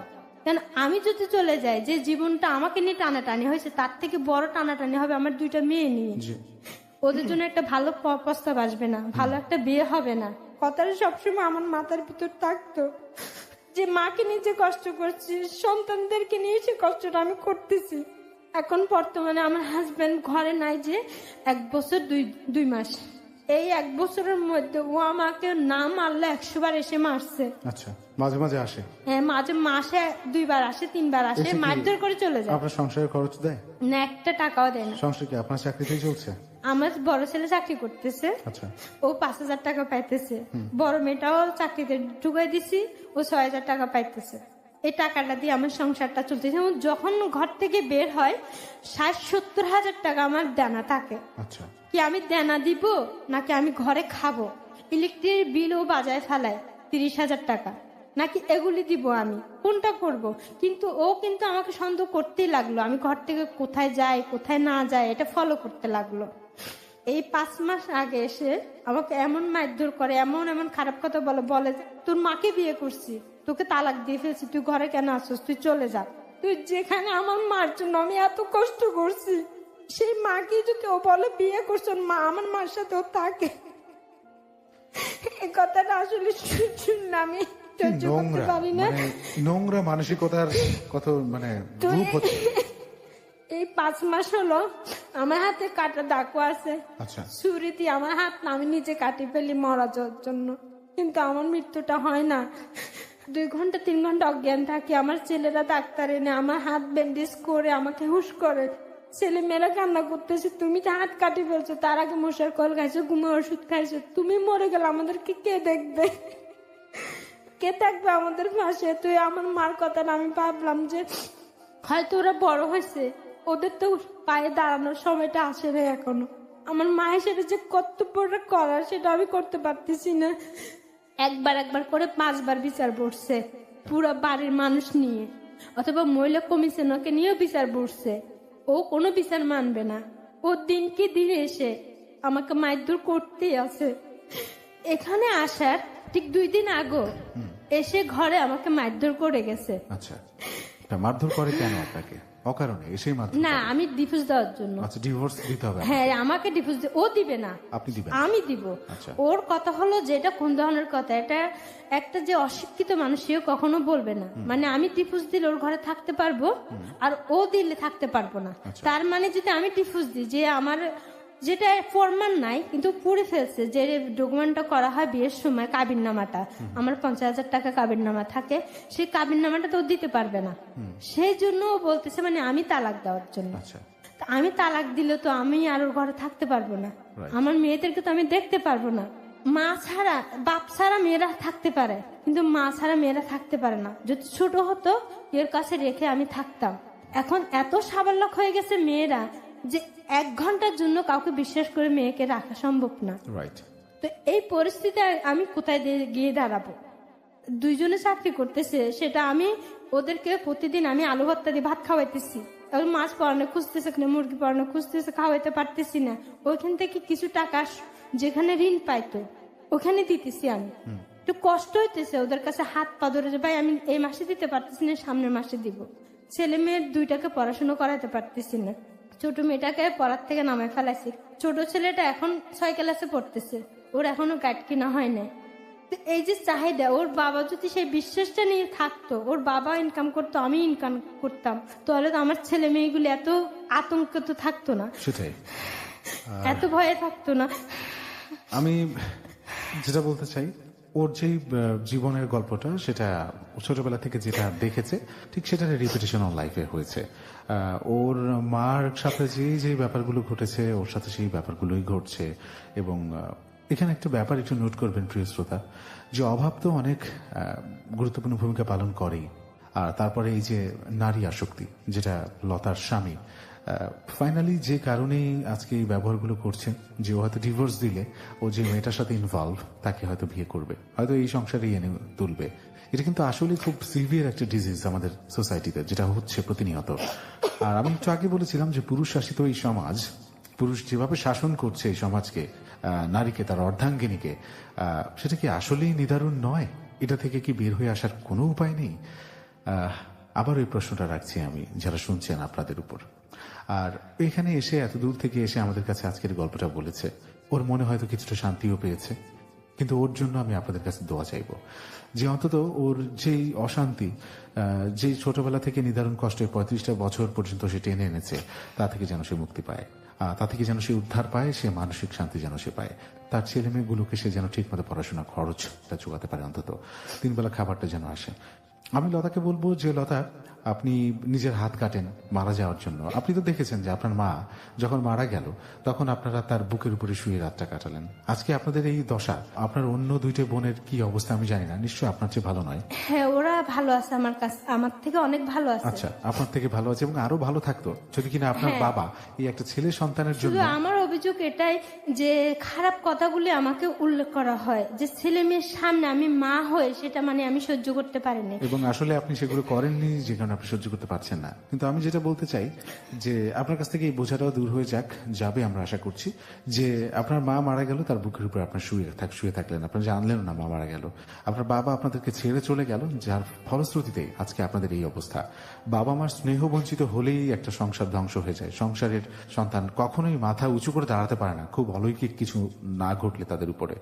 আপনার কাছে আমার অনুরোধ থাকবে, আপনি অনেকবার আত্মহত্যার চেষ্টা করছেন, হাত কাটছেন, বিভিন্নভাবে উপায় অবলম্বন করছেন, ঘুমের ওষুধ, মশার কয়েল খাচ্ছেন। এগুলো আসলে আপনার সন্তানদের উপর সেই একই জিনিসের পুনরাবৃত্তি ঘটাবে। সো আমি অনুরোধ করছি আমার সমস্ত শ্রোতাদের পক্ষ থেকে যে যেই ঘটনাটা আপনার উপর ঘটেছে সেটা রিপিটেশন আপনি করবেন না।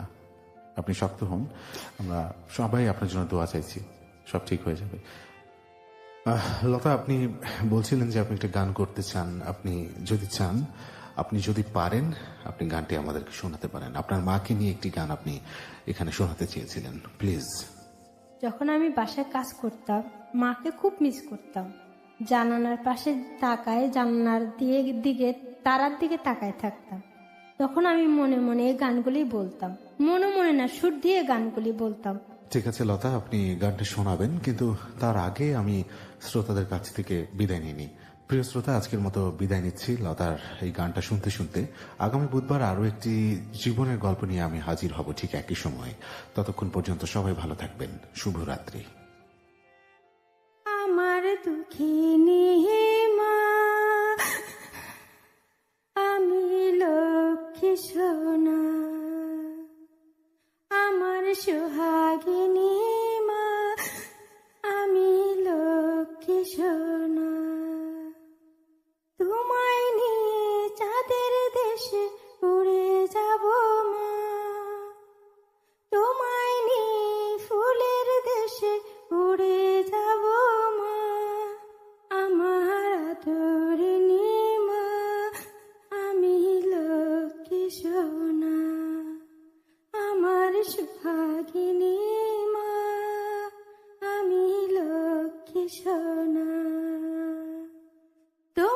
হাতের দুধ মাখা ভাত খাবো আমি মা, তোমার মুখের গল্প শুনে ঘুম যাব মা, তোমার হাতের দুধ মাখা ভাত খাবো আমি মা, তোমার চোখে চোখ রেখে ঘুম যাব মা, আমার আদরিনী মা, আমি লক্ষ্মী সোনা, আমার সুহাগিনী মা, আমি লক্ষ্মী সোনা। আমায় ছেড়ে তুমি মা চলে যেও না, তোমায় ছাড়া একা আমি থাকতে পারবো না, আমার আদরিনী মা, আমি লক্ষ্মী সোনা, আমার সুহাগিনী মা, আমি লক্ষ্মী সোনা। তোমায় নিয়ে চাঁদের দেশে উড়ে যাব মা, তোমায় নিয়ে ফুলের দেশে উড়ে যাব মা, যদি থাকো সাথে আমার ভয় তো পাই না, আমার আদরিনী মা, আমি লক্ষ্মী সোনা, আমার সুহাগিনী মা, আমি লক্ষ্মী সোনা। Close Up presents Hello 8920. Close Up. The closer, the better.